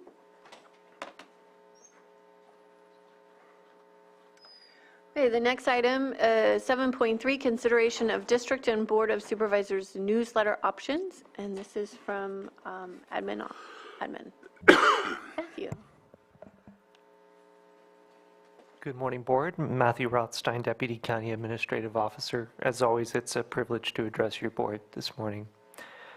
During your budget hearings of Thursday, June 15, the concept of preparing and distributing regular district-specific or Board of Supervisors newsletters was raised. And before we go any further, I do want to emphasize the County Administrative Office stands ready to assist your Board in distributing key messages of public interest. And we look forward to partnering and supporting your Board and supporting county residents' information needs in accordance with whatever your Board's direction is. On June 15, multiple members of your Board voiced support for development of newsletters by district. And Board members do regularly provide reports in town hall meetings or in collaboration with members of city councils. So having a written document that can be readily shared in those fora may enhance those updates and also help ensure consistency of messaging. There was some discussion as well regarding whether each supervisor would prepare their own newsletter or support would be provided by staff. Staff review at a minimum to perform minor edits and ensure messaging on major county projects is consistent across districts seems reasonable as a minimum. If it pleases your Board, staff could also provide a greater level of support in terms of preparing language, provided that members of your Board are able to relay what information should be included, and that would likely take the form of bullet points with essential information. And also if you could capture images that are in your districts that would otherwise require travel time, that would be a help in terms of limiting the staff time that it would take. And also in reflecting on your Board's previous discussion, it seems valuable to draw out a few other considerations. And first, it's my expectation, and I'm confident it will be your Board's expectation as well, that these newsletters, particularly if prepared by county staff or supported by county staff in their development, will focus on projects in progress and other essential updates on what is happening in your districts. Each of you are active in the life of your districts, and so you'll very likely have involvement in some of the projects that are being reported on. But the focus of the newsletters clearly would be meeting the information needs of your constituents. And examples of that could include updates on park developments and other major projects that are relevant to your district specifically. And some of those items would reasonably require coordination with department heads, or in some cases even community-based organizations that may be partnering with county agencies on that work. So considering where that workload is falling is important. And also, it could include notices of upcoming events like your town hall meetings that are of broad community interest and or events where public input is critical. Could also include links to newly available or timely resources specific to the communities that you serve, and things like safety reminders, such as the fact possession and use of fireworks, including those labeled safe and sane, are illegal in all areas of Lake County outside of the city limits of Lakeport. And so messages like that, of course, would be in addition to the important preparedness messaging that's shared by the County Office of Emergency Services and other community groups on a regular basis. And as a second area of consideration, I'm cognizant that 3 of our supervisors represent areas that include cities that prepare their own messaging. So the communication needs across districts may be different as a result of those considerations. And a third area of category is distribution. During your board's previous discussion earlier this month, electronic distribution seemed to be what was envisioned by email lists. Late yesterday, we unfortunately ruled out the possibility that this could be done using the existing county website content management platform. While automated emails are available in some areas like requests for proposals and bids, for example, that functionality is not available across all areas of our website. However, as members of your board have mentioned, there are a number of products that are available that can provide that functionality. As you would expect, in addition to popular platforms, there are tools that are from entities that specifically serve local governments, and some of those are embedded in broader suites of software tools. So we may, in fact, want to go with a more standard consumer product. There are options starting around $20 a month for 500 recipients. Those particular plans would have to get a little bit more detail. They may not be fully appropriate to your board's needs. And plans that can accommodate distribution to all of your constituents would certainly cost more. But given that it'll be an opt-in e-newsletter, presumably up to even 1,500 recipients, for example, would be a pretty significant number to have opt-in.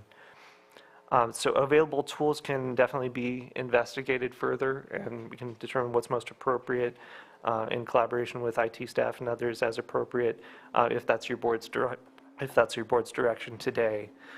In the meantime, it is possible, of course, to gather email addresses either using a Google form or asking people to email us to be added to a list. And you'll have seen a newsletter template was attached to this item for your board's discussion.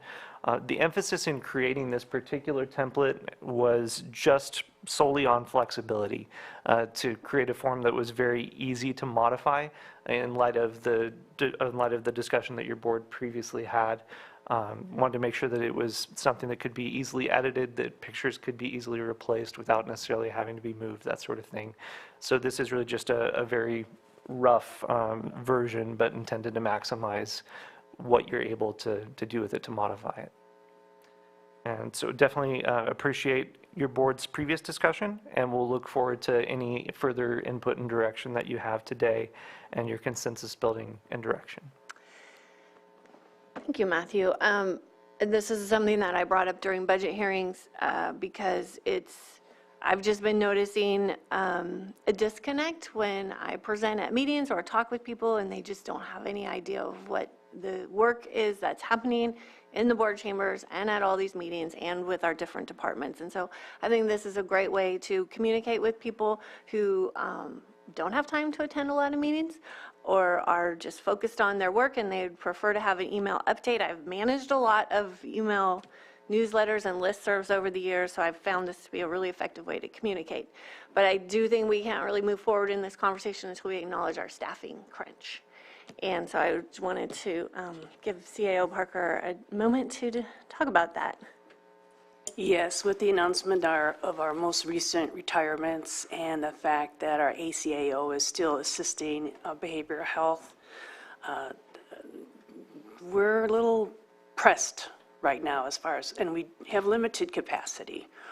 So my thought was that maybe we could do a slow rollout. Maybe we'll just start with something from the chair, and then as we build and we hire and retain additional individuals that can do this work on a regular basis, then we can roll it out to go beyond to the districts, if that is something the board would consider. Because at the time when we were talking about this, we weren't there as far as retirements, and now we are. Right, and there's time to also research what's the best product, how we're going to be engaging and collecting those lists. So I'm grateful that we had this conversation so quickly, but I do know that we might have to slow our roll a little bit until we get fully staffed. And so once we are fully staffed, who would you envision handling this, or which position? Yeah, as long as we keep this to, just the facts and not any real complex policy analysis, I think a management analyst could actually do this. So I did it as an intern, so I'm thinking that a management analyst. You did it as an intern? Yes. At a different place? Yep. Oh, awesome. Thank you. Glendale, Arizona. Okay, so I'll open it up for comments. Supervisor Green? When you were interning, did you use commercially available software as a service, or did you use some proprietary government thing? Well, back then, that wasn't really an option. Okay. You used Excel, didn't you? I just want to comment, I do like the template quite a bit. This is in a one-page PDF. Most e-newsletters go out. You can do long form because you're actually scrolling down in a computer format. And then the platform itself creates the ability to either print it out as a PDF or share the link as a web page. So there's a lot of goodness in there. So I really like this first look. I know one thing that can be used to save work is to stage in the software program kind of a master template. And actually, you wouldn't want to reinvent the wheel, so maybe the project's in progress, maybe that could be left to staff or something like that. And then you could either have the chair with the main message or the individual supervisors with the main message. But if we didn't have to reinvent the content wheel for all of this, it would reduce any amount of editing time or staging time in the software, and then we could just really focus on that key message. So that'd be one way to kind of lower the amount of staff time. It's just kind of massage this, get it into kind of a proposed template within the program, and see how staff kind of takes some first looks at that. But I appreciate you guys are stretched thin right now, but I appreciate the work done so far, and I look forward to hearing more at some appropriate time. Supervisor Spatier. So I'll be somewhat repeating what I said last time when this was brought up. I still feel the same way. I think the way we communicate with the public is our job. If we had funding such as other counties where we have our own personal supervisor staff, then that wouldn't be a problem for us to work with our staff. But the admin office, in my opinion, is not our staff. I don't mind the idea of a board letter. We've done that in the past. I think that represents all of us and the actions that we have decided by consensus. But individual district newsletters is, in my opinion, our job, not anyone else's job. So I would prefer that we spend time on moving forward on all the projects we're asking staff to get accomplished versus checking for typos and grammatical errors and context of the stuff that we provide them. Yeah, I'm in support too of rolling it out slow, obviously, if we're going to move forward with thing, but from the chair, as a full board, I definitely supported that. I thought we had some good traction when it got started earlier on in a different little, iteration.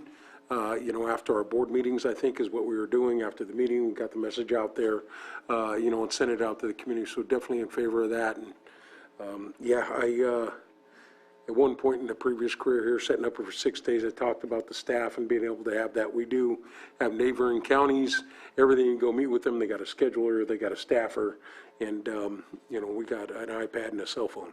And so moving along those lines, we do have a lot of work to do, a lot of infrastructure dollars, broadband, our roads, all these other things, and a million other things that are happening. We'll be talking about, like the admin office, to focus on that, and if another conversation comes back, I think I've made my point clear where I like it as a board, a solid front, getting that message out there. I'm good with moving it out slowly. Like we've talked about, I understand the situation.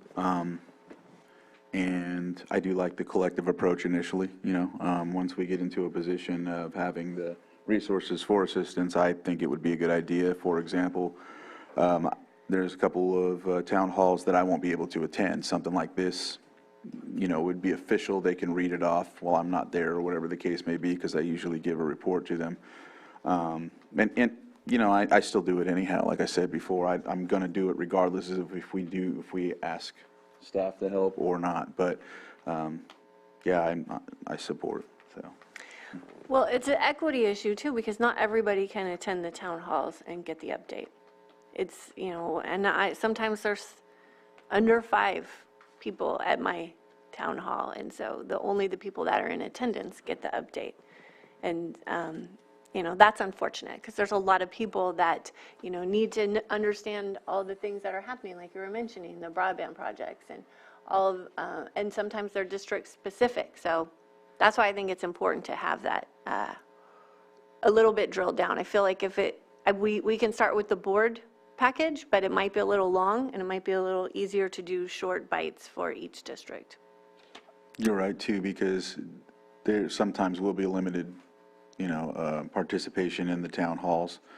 And so, like you said, having this available for people to read that don't attend, and it's commonly because of work, and they're 5:30 or 6. I know one has a 4 p.m. Some can't even come to these, and so I think it supports, specific people that can't come to town halls or to some of these meetings. So in both aspects, I'm in support. It's difficult to get participation at times, and it's not because they don't want to, they just can't. Yeah. Kids' games, things like that. Yeah, and it is our job to be communicating with our constituents, but if you have a city pushing everything out constantly, that they're doing a really good job in a district like yours, in a district where you're all unincorporated, we're lacking, and it is an inequity. So I can see how you wouldn't find it useful or helpful with your district, but to do my job and to get this information out to the constituents, this is something that I think could be really helpful. And it's not a narrative coming from me. It's collecting all of the projects that are in the works that people need to know and be aware about, and then getting that assistance from admin so that the message is coming out consistently across all the districts.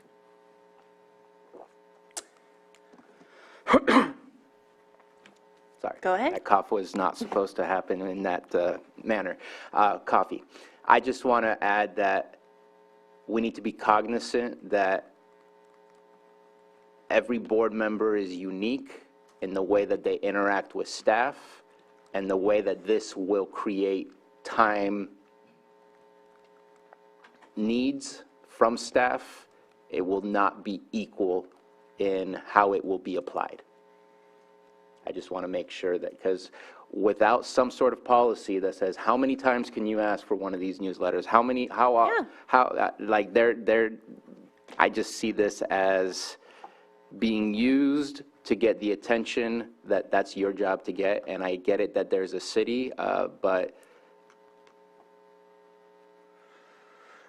yeah. I'm not disagreeing that there should be a policy around this, and, like it's a monthly newsletter, it shouldn't be turning into a weekly or a daily thing. Obviously, that would really impact staff in ways that we're not anticipating. But on the other hand, we have to do a better job of getting information out. We just do. And I like having the record, too, of the saved newsletter. It's ongoing. for people to access when they can. We can have printed versions here in the admin office for people to pick up.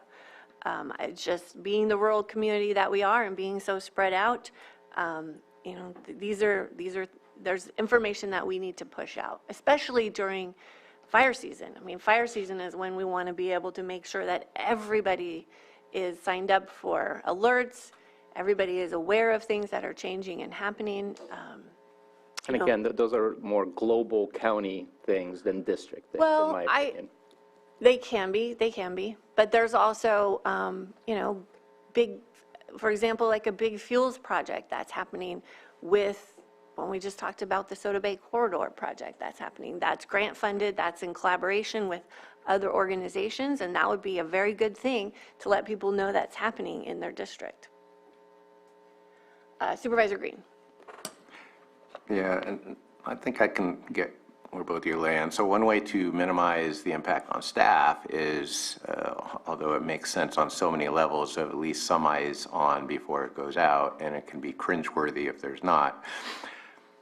To your point, it's our content, it's our communication with the district, and these tools are pretty powerful. I get the idea of a monthly and just, you know, updating, but one reason I like the idea of this is, in addition to whatever monthly content or periodic content we send out, this is one more tool in the toolbox during emergencies. You know, for people who aren't on zone haven, don't get nixels.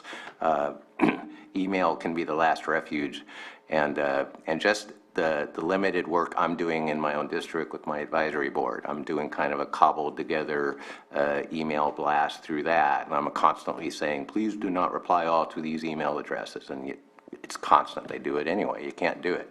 One way this software is very powerful is it helps immunize the county from mishandling. People are opting in their addresses. If they opt out, that's handled. It's seamless.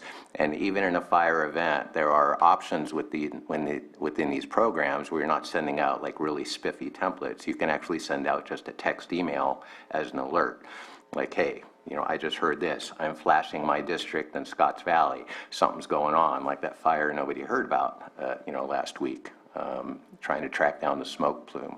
So we don't want to like add to the noise, but to the extent we are an official channel and we can and should communicate in little microbursts, this is such a valuable tool. And so there's going to be some staff time setting up those tools, but if we can just not set it and forget it, but set it, get a policy for what we're pushing and when, very powerful. And I think that kind of ameliorates some of your concerns. Yeah, we should be doing the content. That's on us. We're communicating with our constituents. And there's happy news, there's good news, there's not time-sensitive news about projects, but there are occasions where we do want to reach out in a very meaningful and fast manner, and this is a great tool to have. So don't want to burden people with all that, but I see multiple ways to use this tool. One for the kind of general newsletter function, but also for targeted communications during times of crisis.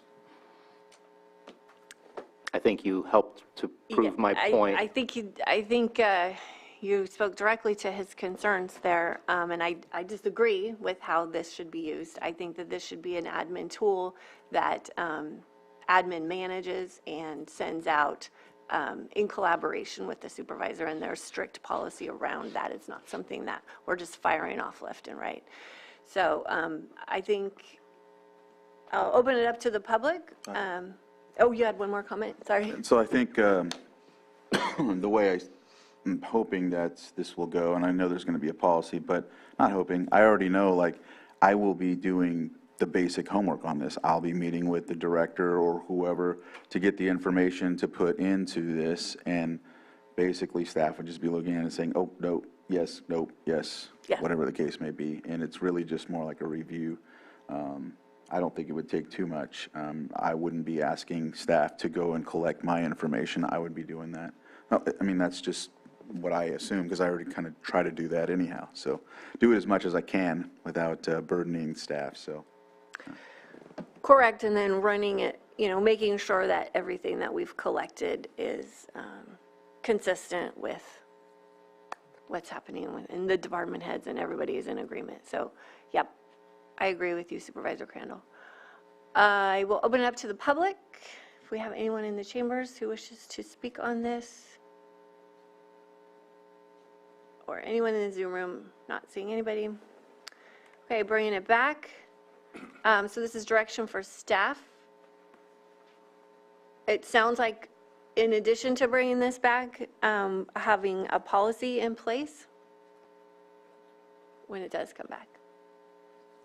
And whenever you feel like it's time. Okay. All right, thank you.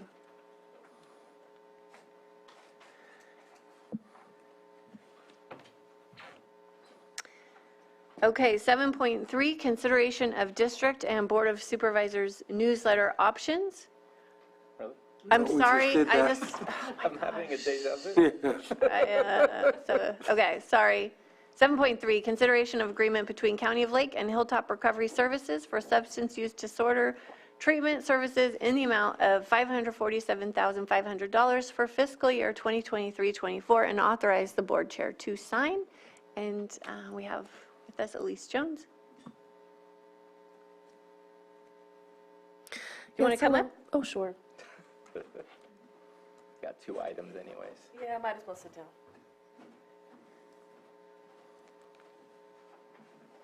Good morning, your board. Thank you. My name is Elise Jones, Deputy Director of Administration. This contract represents an extension of our drug Medi-Cal plan. Lake County Behavioral Health Services is the administrator of the drug Medi-Cal plan, and this contract allows us the provision of residential services for men and women. And we are proud and happy to continue to partner with Hilltop Recovery and happy to answer any questions. Okay, thank you. Supervisor Sabatier? So again, appreciate the back and forth on this one during our emails yesterday. So there's 5 beds that are being held. And I didn't ask this question yesterday. Why not 10? Aren't we getting reimbursed? I mean, No. We're not getting reimbursed for this? No, unless we are able to get reimbursement, Medicaid reimbursement, if the people for this level of treatment are under the age of 21, under the early and periodic screening and testing benefit. But unfortunately, ASAM level 3.1 and 3.2 and 3.5 services are not reimbursable unless we are in ODS. Are not? Correct. So they are reimbursable under the organized delivery system, which we, as you know, are presently not a part of, although we aim to be very soon.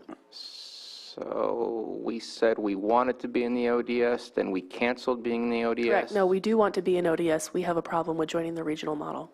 Okay. Because this is one of those things that we obviously have a major issue in our county, and I will approve this because obviously we need the beds, but I can't not bring up the conversation of how do we do more? I know some sheriffs that live in, I don't know if it's Yolo County or Sacramento County, not specifically known where they live, but they bring people to Hilltop from their area, and I'm wondering why. I love the fact that they're open for other people, but our people need help here in Hilltop. Can we open beds for people under the age of 21 so that we can get reimbursed and get more of that? How do we do that? So I would like to draw your attention to the fact that we have increased the number of beds that we've purchased from Hilltop from 3 to 4 to 5, and a strategic use of funding in order to keep that going. Hilltop is presently drug Medi-Cal certified in contracts with partnership through the regional model. So they do take beneficiaries from regional model counties. Certainly, we can continue to explore expanding, and the department does agree that expanded residential treatment services are definitely needed. So we are doing our best to expand, and our hope is that when we do join ODS here shortly, that will provide additional expansion of funding to support that need. The ODS thing is frustrating.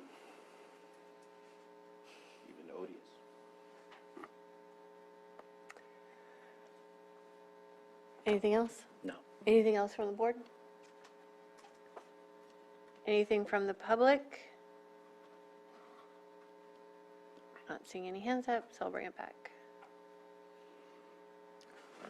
Madam Chair, I will. Let me pull this up, sorry. Yeah, it wants to do that right now. Okay, there we go. So I motion to approve agreement between County of Lake and Hilltop Recovery Services for substance use disorder treatment services in the amount of $547,500 for FY 2023 and 2024, and authorize the board chair to sign. Second. All in favor? Aye. Opposed? Okay, motion passes.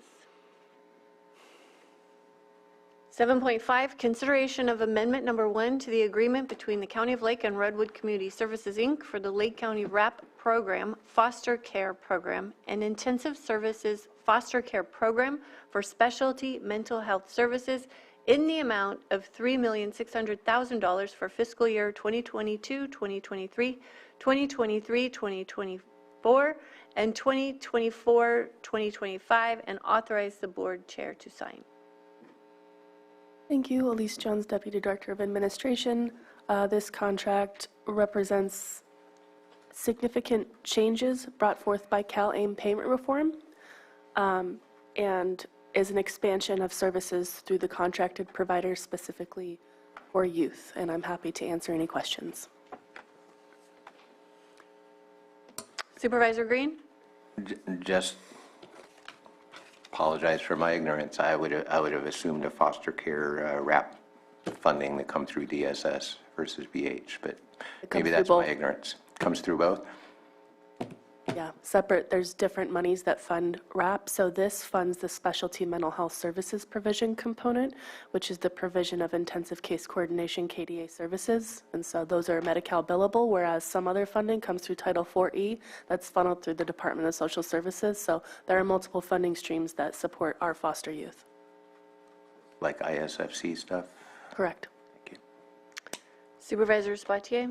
Yeah, just to kind of check in, obviously, some of these changes are due to the CalAIM, and when we originally signed this, there was no budget for 23-24. Do we know 100% that we will receive funds for 24-25? I know that we have it as a 3-year because it's part of the MHSA program, or at least typically that's the 3 years. Maybe I'm mistaken on that, but we don't have anything for 24-25, but yet it's a contract that goes through 24-25. So it's kind of weird to me to not budget any funds, but yet be contracted to go through a year that we don't have any funds. Do we know that there's a promise that there will be funds, or is there every year we hope and surprise there it is? No, so these are not related to Mental Health Services Act programs or services. These are specialty mental health services that are funded through the Medicaid program, and so therefore they are reimbursable, and it reflects a negotiation of rates based on the new rate setting across the state of California, so it had to reflect the new rates. The reason that we've remained silent on the last year of the agreement is because we would prefer to wait and have solid projections rather than have to come back and do an additional amendment, and so we will have to amend this contract to reflect projections for 24-25. In the case of Medicaid reimbursable services, the contract maximum and funding is really a placeholder. It depends on how many services can be provided, which we hope is the most amount possible. So we're really hoping to expand services, particularly in South Lake County, Clear Lake, in partnership with Redwood Community Services, and specifically to people under the age of 21.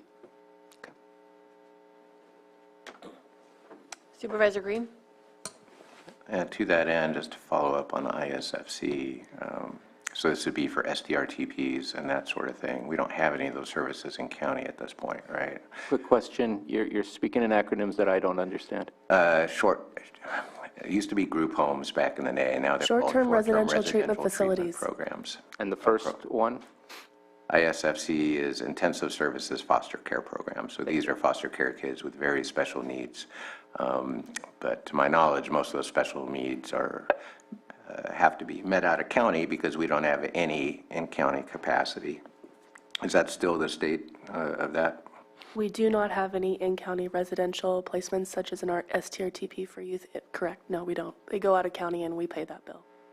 Is there anything with this in contract? I don't know. Probably not. I'm mixing apples and oranges, but you know, at some point we have to incentivize creation of in-county services. And I know we can't just wave money and make it happen, but my goodness, that'd be something to look for when we look for additional funding.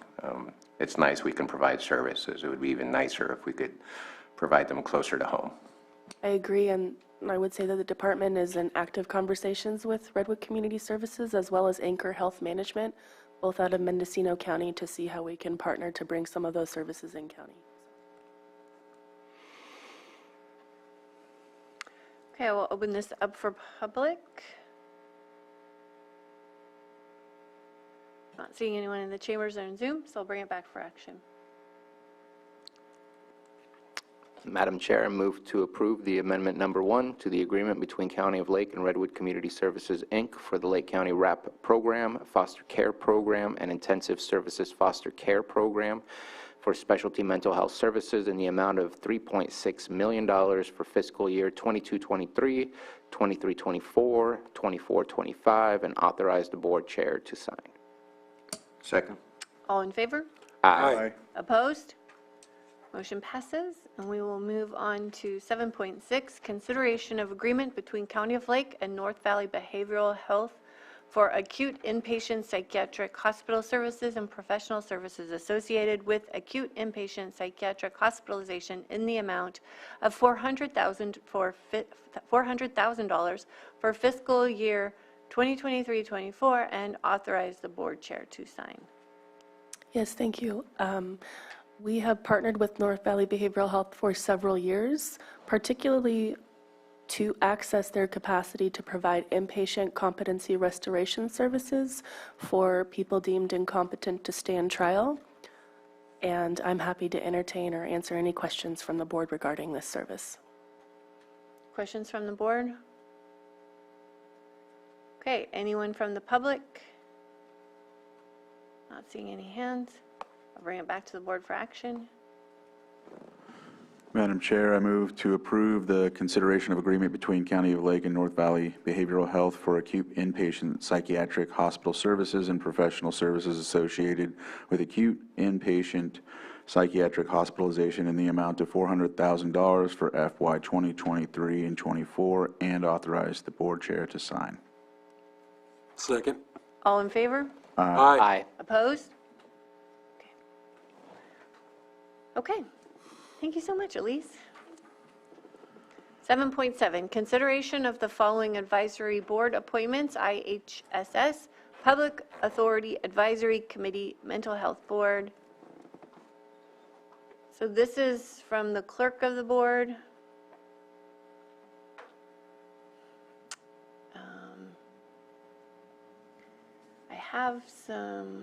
We have a lot of appointments to make here.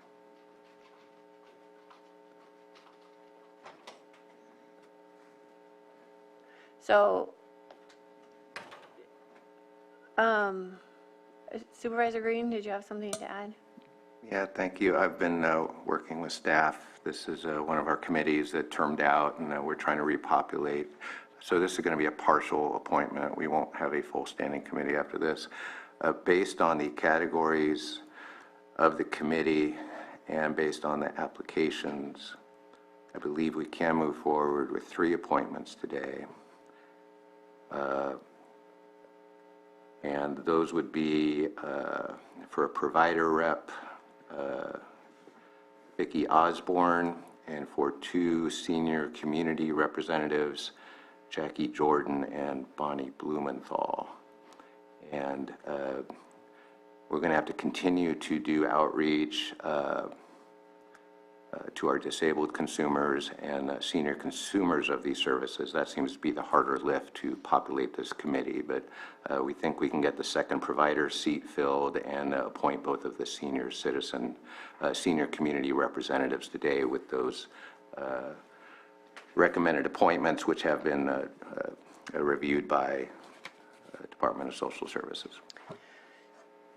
So is Vicki, has she been serving in this role? Or I'm just wondering how, because looking at the applications, there's not a lot to them, and so I was curious on how we were going to figure out which provider. I mean, I think Vicki's great, but there are some other people I know on this list too.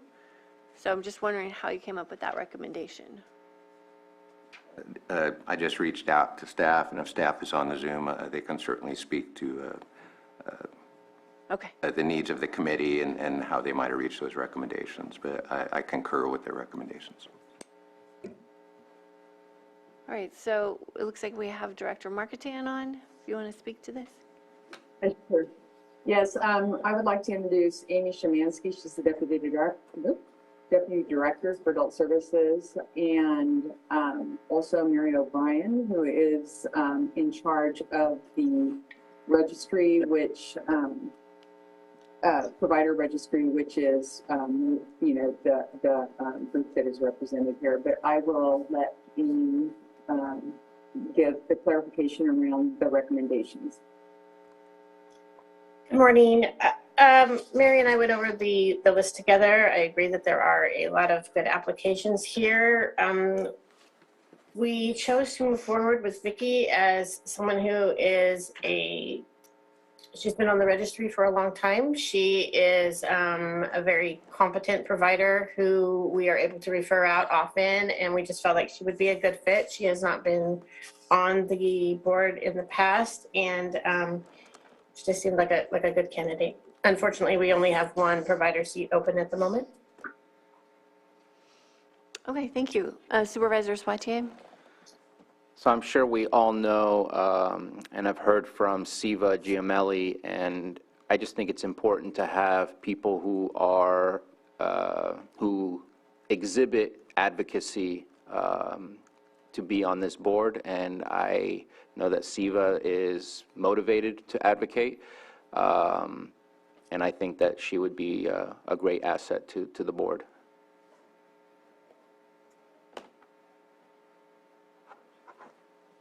Yeah, I do think Siva's great too. Supervisor Crandall? Yes, I'm glad you said that. I agree with that. She was basically my second choice behind Louisa, but if that's what, I would go with that. I know that we have active board members that are, or active union members that are also on the list. Siva is a great advocate for our union and attends all of our union presentations and those kind of things. We were hoping, being we only had one seat, to fill the seat with someone who was not as active on the other side of things, because again, we do have the union representation, and then we have the advisory committee representation, and we were hoping to spread this out a little bit. But I recognize what you guys are saying. So they have representation as well already, or? Not on this one. Oh, okay. Okay.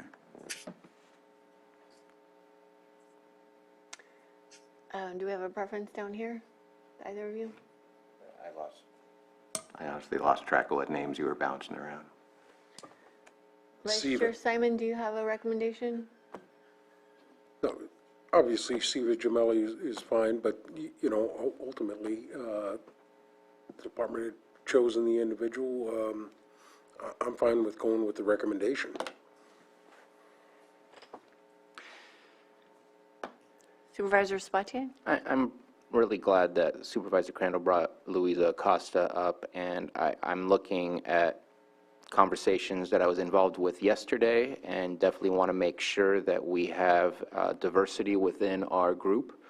And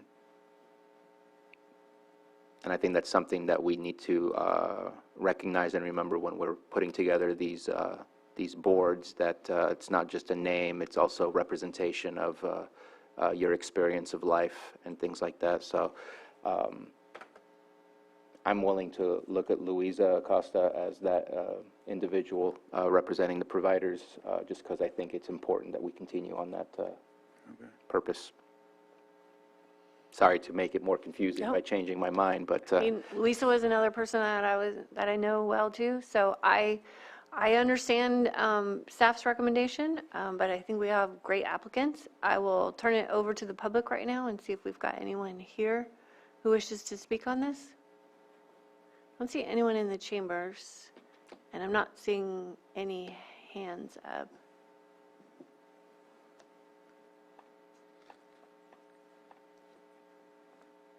Okay, so I'll bring it back to the board for action. I have a question. Yes. Supervisor Green, you said 3 are ready to move forward, and I see that we could potentially move forward with 4. There's vacancies in provider, so that's 1. There's 2 vacancies for disabled. We have 1, so that's potentially 2 if Barbara Arviso is appointed. And then we have 2 vacancies in senior community representatives, and we have 2 senior community representatives. Is there a reason why 3 were chosen instead of 4? I apologize, I haven't vetted all of these applications. I see your reference to Arviso self-identifying as a disabled community member, so that if an appointment was made, although I'm looking at the sheet, and this is the weird thing, so once we get a committee, we're going to take another deep dive into the bylaws. So we have 2 disabled consumer spots and 1 disabled community representative. Her application says caregiver, so not necessarily consumer. So she could be appropriate for the disabled community representative spot if in fact her statement is disabled community member. So the way the word representative is used here, and I haven't reviewed the bylaws recently, but it's almost like if you were a representative of an organization that served disabled people or something like that. So there's some wiggle room in what a disabled community representative might be, but I would surmise that Ms. Arvizo could be a good appointment for that. So we may be able to do 4 today. So Director Marketan, you did send me an email, and I think it was your recommendation that we appoint the 4, correct? Sure. Okay, thank you for that clarification. So the one that we just have to decide on is the provider, and then appoint the other 3.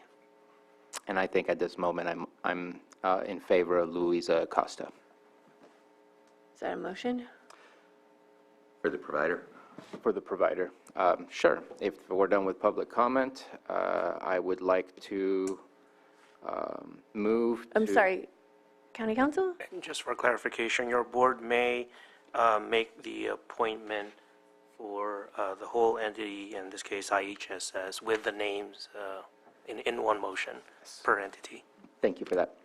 I move to approve Luisa Acosta as the provider, Barbara Arviso as the disabled community representative, and Bonnie Blumenthal and Jackie Jordan as the senior community representatives to the In-Home Support Services Public Authority Advisory Committee. Second. All in favor? Oh, sorry. I just had a question. And what if there's a disagreement on the provider, or then what happens to it? Then the motion will fail. Yeah. So then would it be ideal to do a separate, or? It can be done, yes. So if there is some further discussion to be made for a particular spot in this committee, then that discussion can be taken place separately with the motion all in reference to the same entity. So it can be taken in 2 separate motions. I seconded for the first one, but yeah, I just wanted to.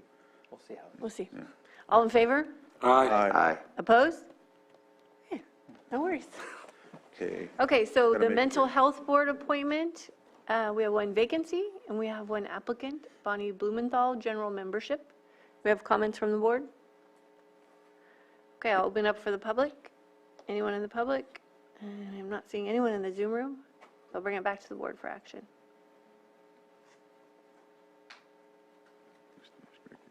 And let's see.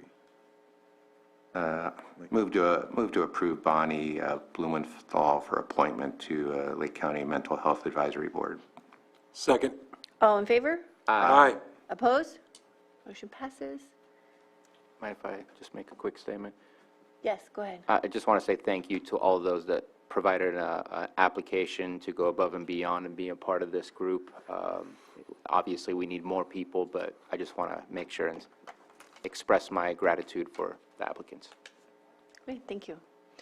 Okay, we will go to our last open session item, which is 7.1, Supervisors' Weekly Calendar and Travel Reports. And who is ready to go first? I'll go for it. Go for it. So I want to express one of the meetings that I had last week, which stands out in my mind. I met with, it was an exciting meeting with our community colleges, our high schools, hospitals, and fire districts. There is very enthusiastic conversation to expand the EMT program that Mendocino College is currently offering. By the way, just a little plug, if you are interested in becoming an EMT tech, please check out Mendocino College. They do have their class. It is starting this fall.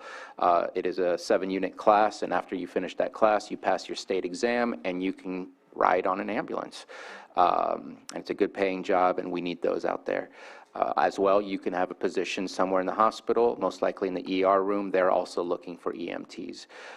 So it was a great conversation to look at ways to expand and create the workforce. The conversation will continue.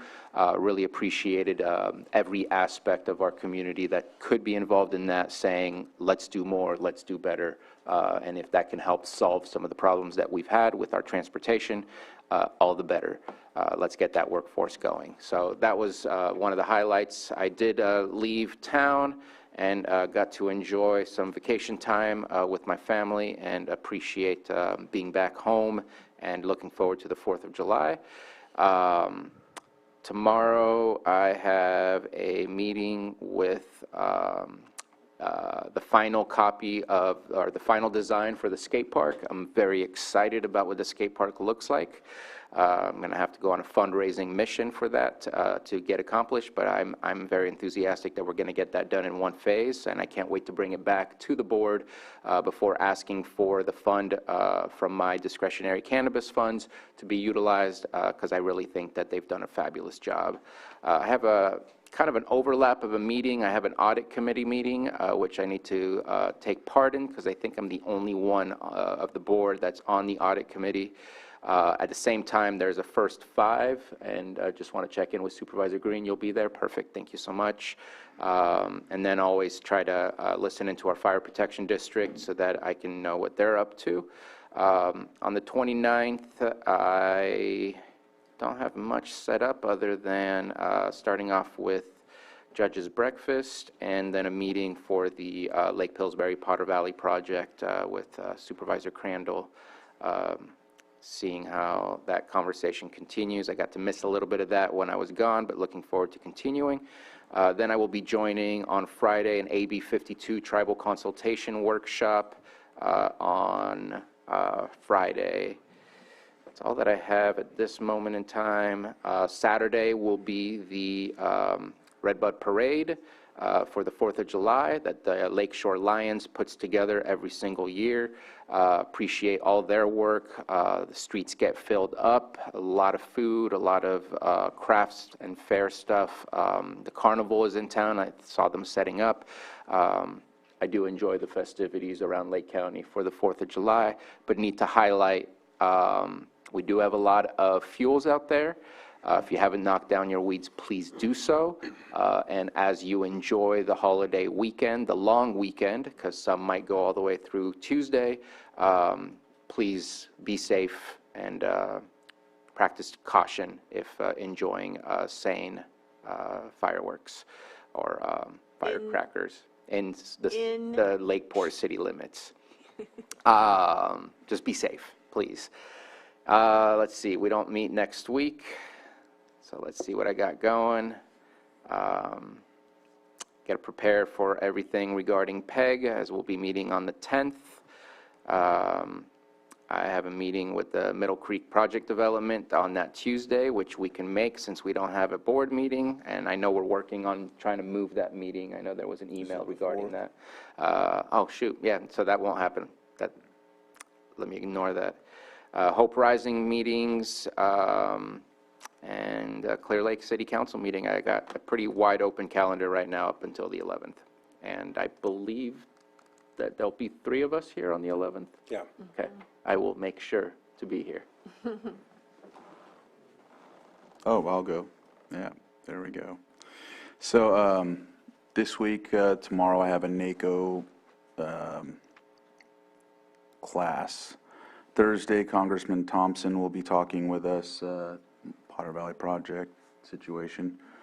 Lake County Recreation JPA, that's from 4 to 5, and I'm going to try my best to get over to Cloak, but I've been missing that lately. That's at 5:30. Friday, Clover Creek Hitch Habitat Restoration Project Cooperative Agreement. I think that has to do with the Caltrans working with the county on that situation to remove sediment from Middle Creek. And so that's exciting, right? Next week, I just went to Wednesday because I don't know what it looks like Monday and Tuesday. So NACO leadership on Wednesday. Thursday, I have an ad hoc committee meeting so we can prepare our letter and recommendations to the Farm, Ranch, and Rural Communities Federal Advisory Committee meeting, which I'll be traveling to on the 9th of July and attending that annual meeting, or there's two, so it's, I guess, biannual. The last one was in January. I wasn't able to go to that, so we'll be going to this one. It's Tuesday, Wednesday, and Thursday for the meeting, and then traveling back Friday. So with that, there's going to be a couple meetings that I will miss, and that is the Wednesday 9th. Let's see. Sorry, there it is. So there is the water resources regarding Lake Pillsbury, and that's with Director Nemeth. So I don't, if you'll be here, will you be able to? Yeah, I'll do my best. It's at 8 a.m. I think it'll be 9 where I'm at, which means I'll be in the meeting. Did you say the 9th? Yes. That's a Sunday. Oh, wait, no, let me see here. You sure? Oh, I'm sorry. No, I'm sorry, the 12th. 12th. Yeah, I got it. Yeah. Okay, and then I know we talked about the RCRC meeting. You already had something, so I let them know I'll be on this, so that we might not just have representation that day, and that's fine.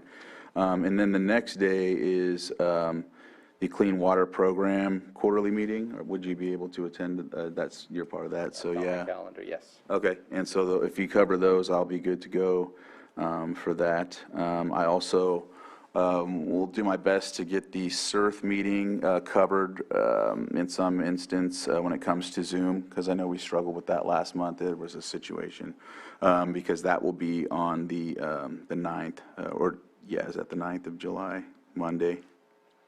Yeah. Right, and so then that's it. I'll be back the next week for the Tuesday. I think it's the 18th meeting. I'm looking at different numbers and getting them mixed up, sorry. But, no, I was right, the 18th. All right. All right. I just want to add something real quick. Yesterday, the Visioning Forum was in the city of Clear Lake at City Hall. I'm thankful for staff and the supervisors that have been involved in that Visioning Forum process. The conversation is intimate, it's sensitive, it's necessary. I really enjoyed last night's conversation, and I hope that we figure out positive ways to continue those conversations rather than allow it to dissipate and fade away. I think those conversations should always be reoccurring, and so I just wanted to express my gratitude for all those that put it together. I know Matthew Rothstein worked really hard. Nicole Anderson, I believe is her last name, did a fabulous job of facilitating. Just appreciative of the work that was done for that, so thank you. Okay, who's ready down here? I don't have a whole lot, except I was going to be gone on the 11th. I can't go now? No. Nope. Dang it.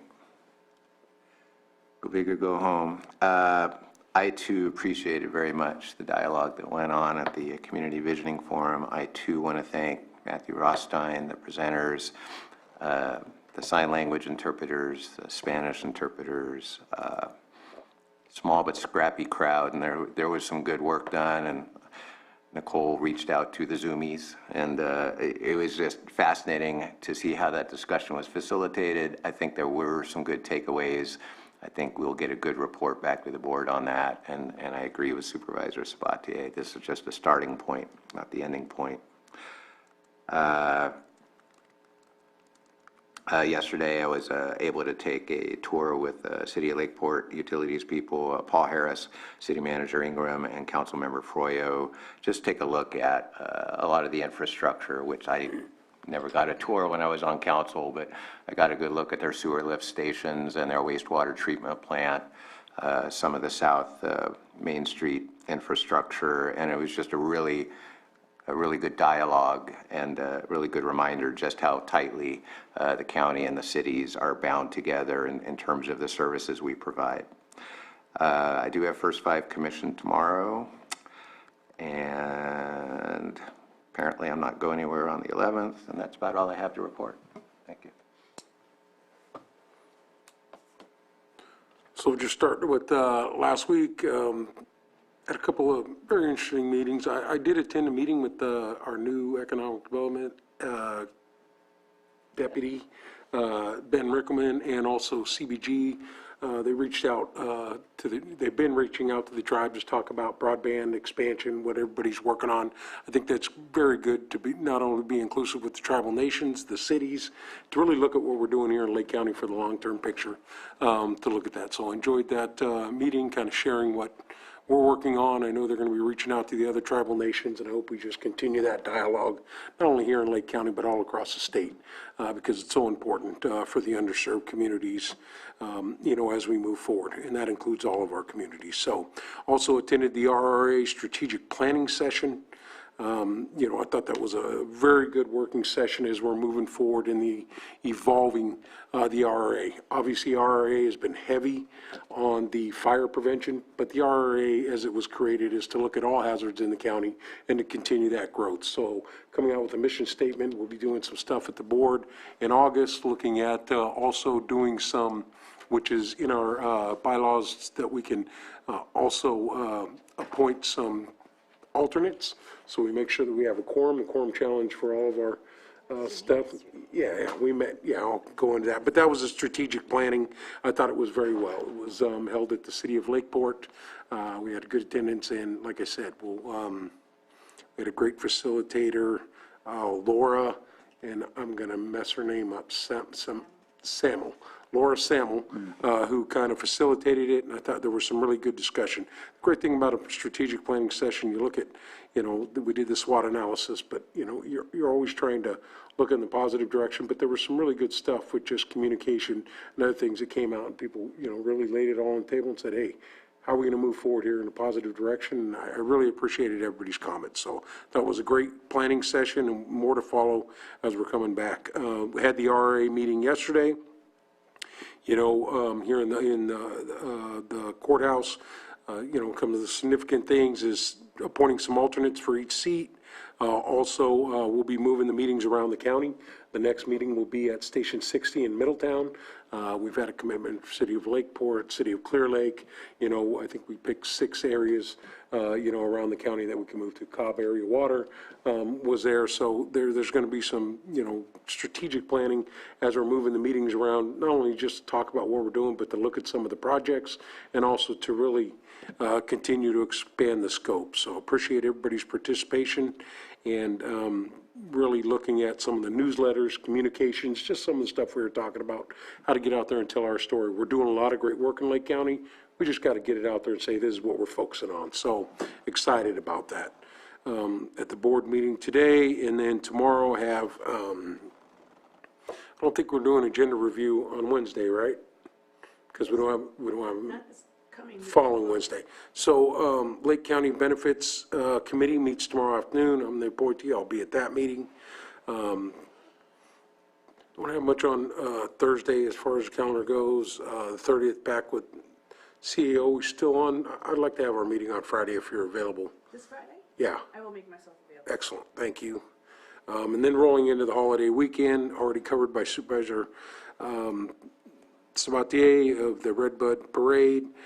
Wednesday would be the agenda review, and then another meeting with CEO on the 7th, and then back here for the meeting on the 11th, where I'll be chairing the meeting.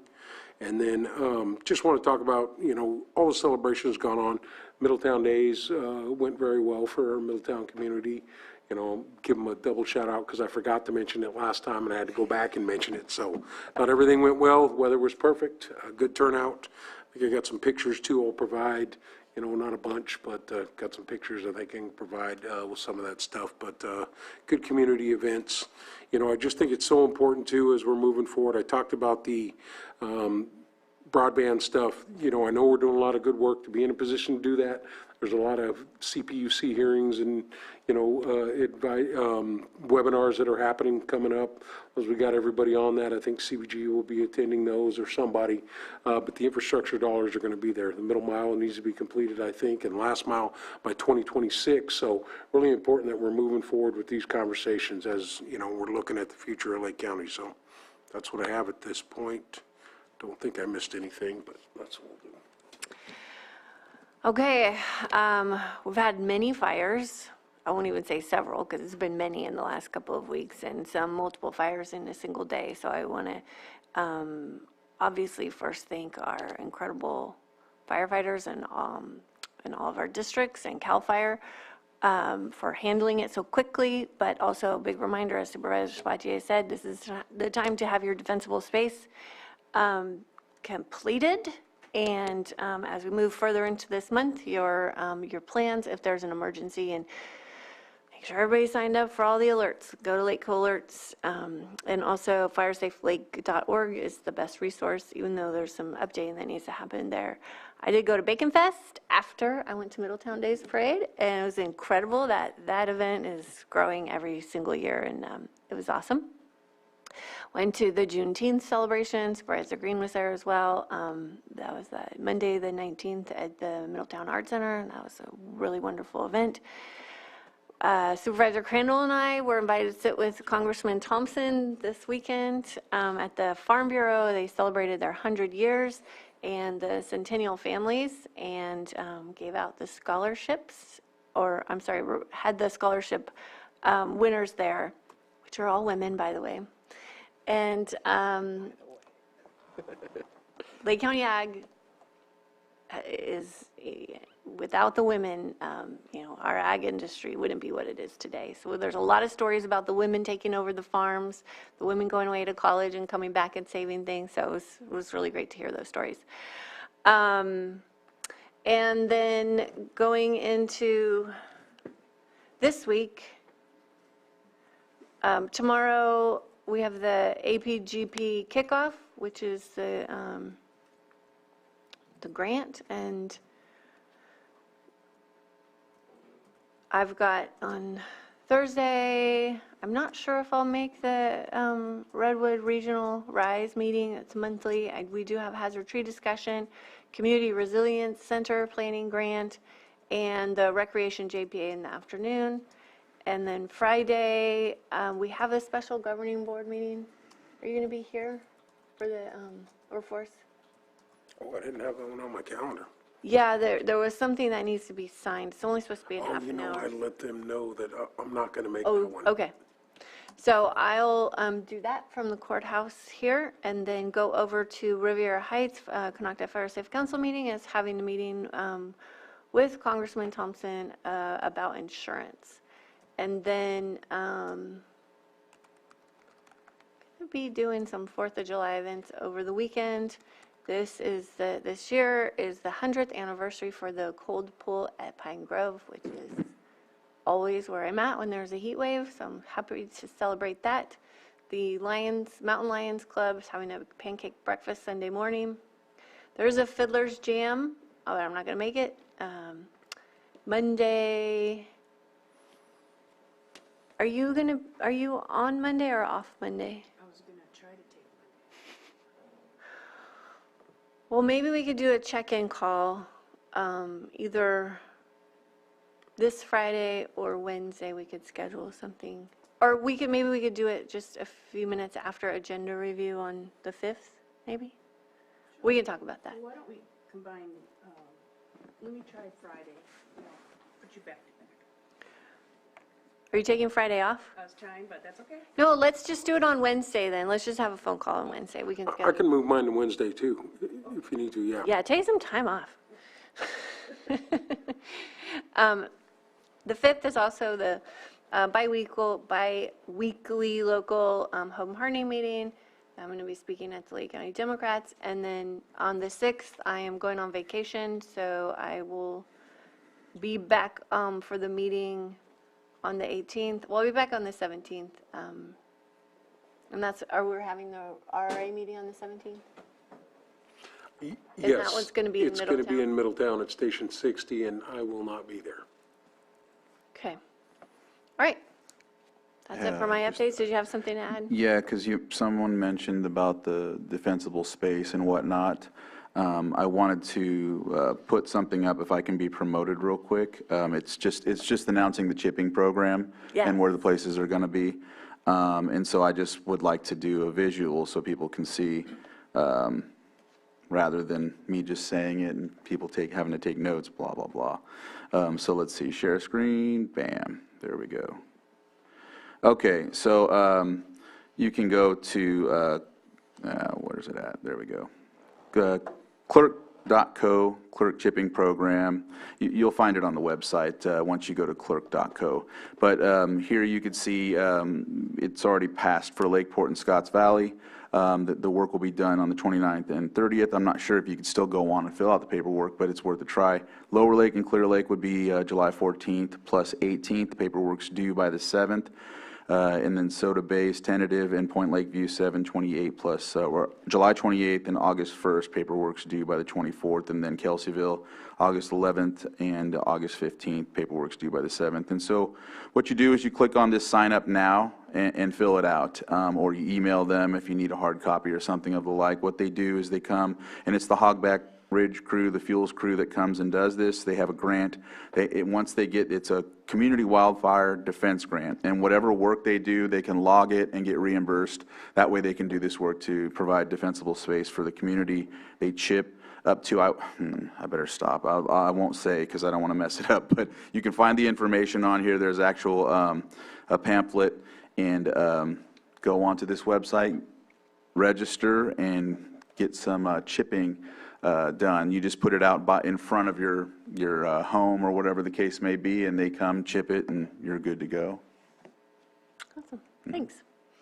All right, so we will close our our open session and go to closed session. 8.1, public employee appointment pursuant to Government Code Section 54957B. What? And Madam Chair, Yes. if I may, we will be withdrawing item 8.3, so that for today. Okay. Interviews for public health officer, appointment of public health officer. 8.2, public employee evaluation, county administrative officer. We will be pulling 8.3, conference with legal counsel, existing litigation pursuant to Government Code Section 54956.9 D1, FERG project number 77, Potter Valley Hydroelectric project. And 8.4, addendum, conference with legal counsel, significant exposure to litigation pursuant to Government Code Section 54956.9 D2 E1, one potential case. And we will take lunch and come back at 1 p.m. What time did we say interviews would be?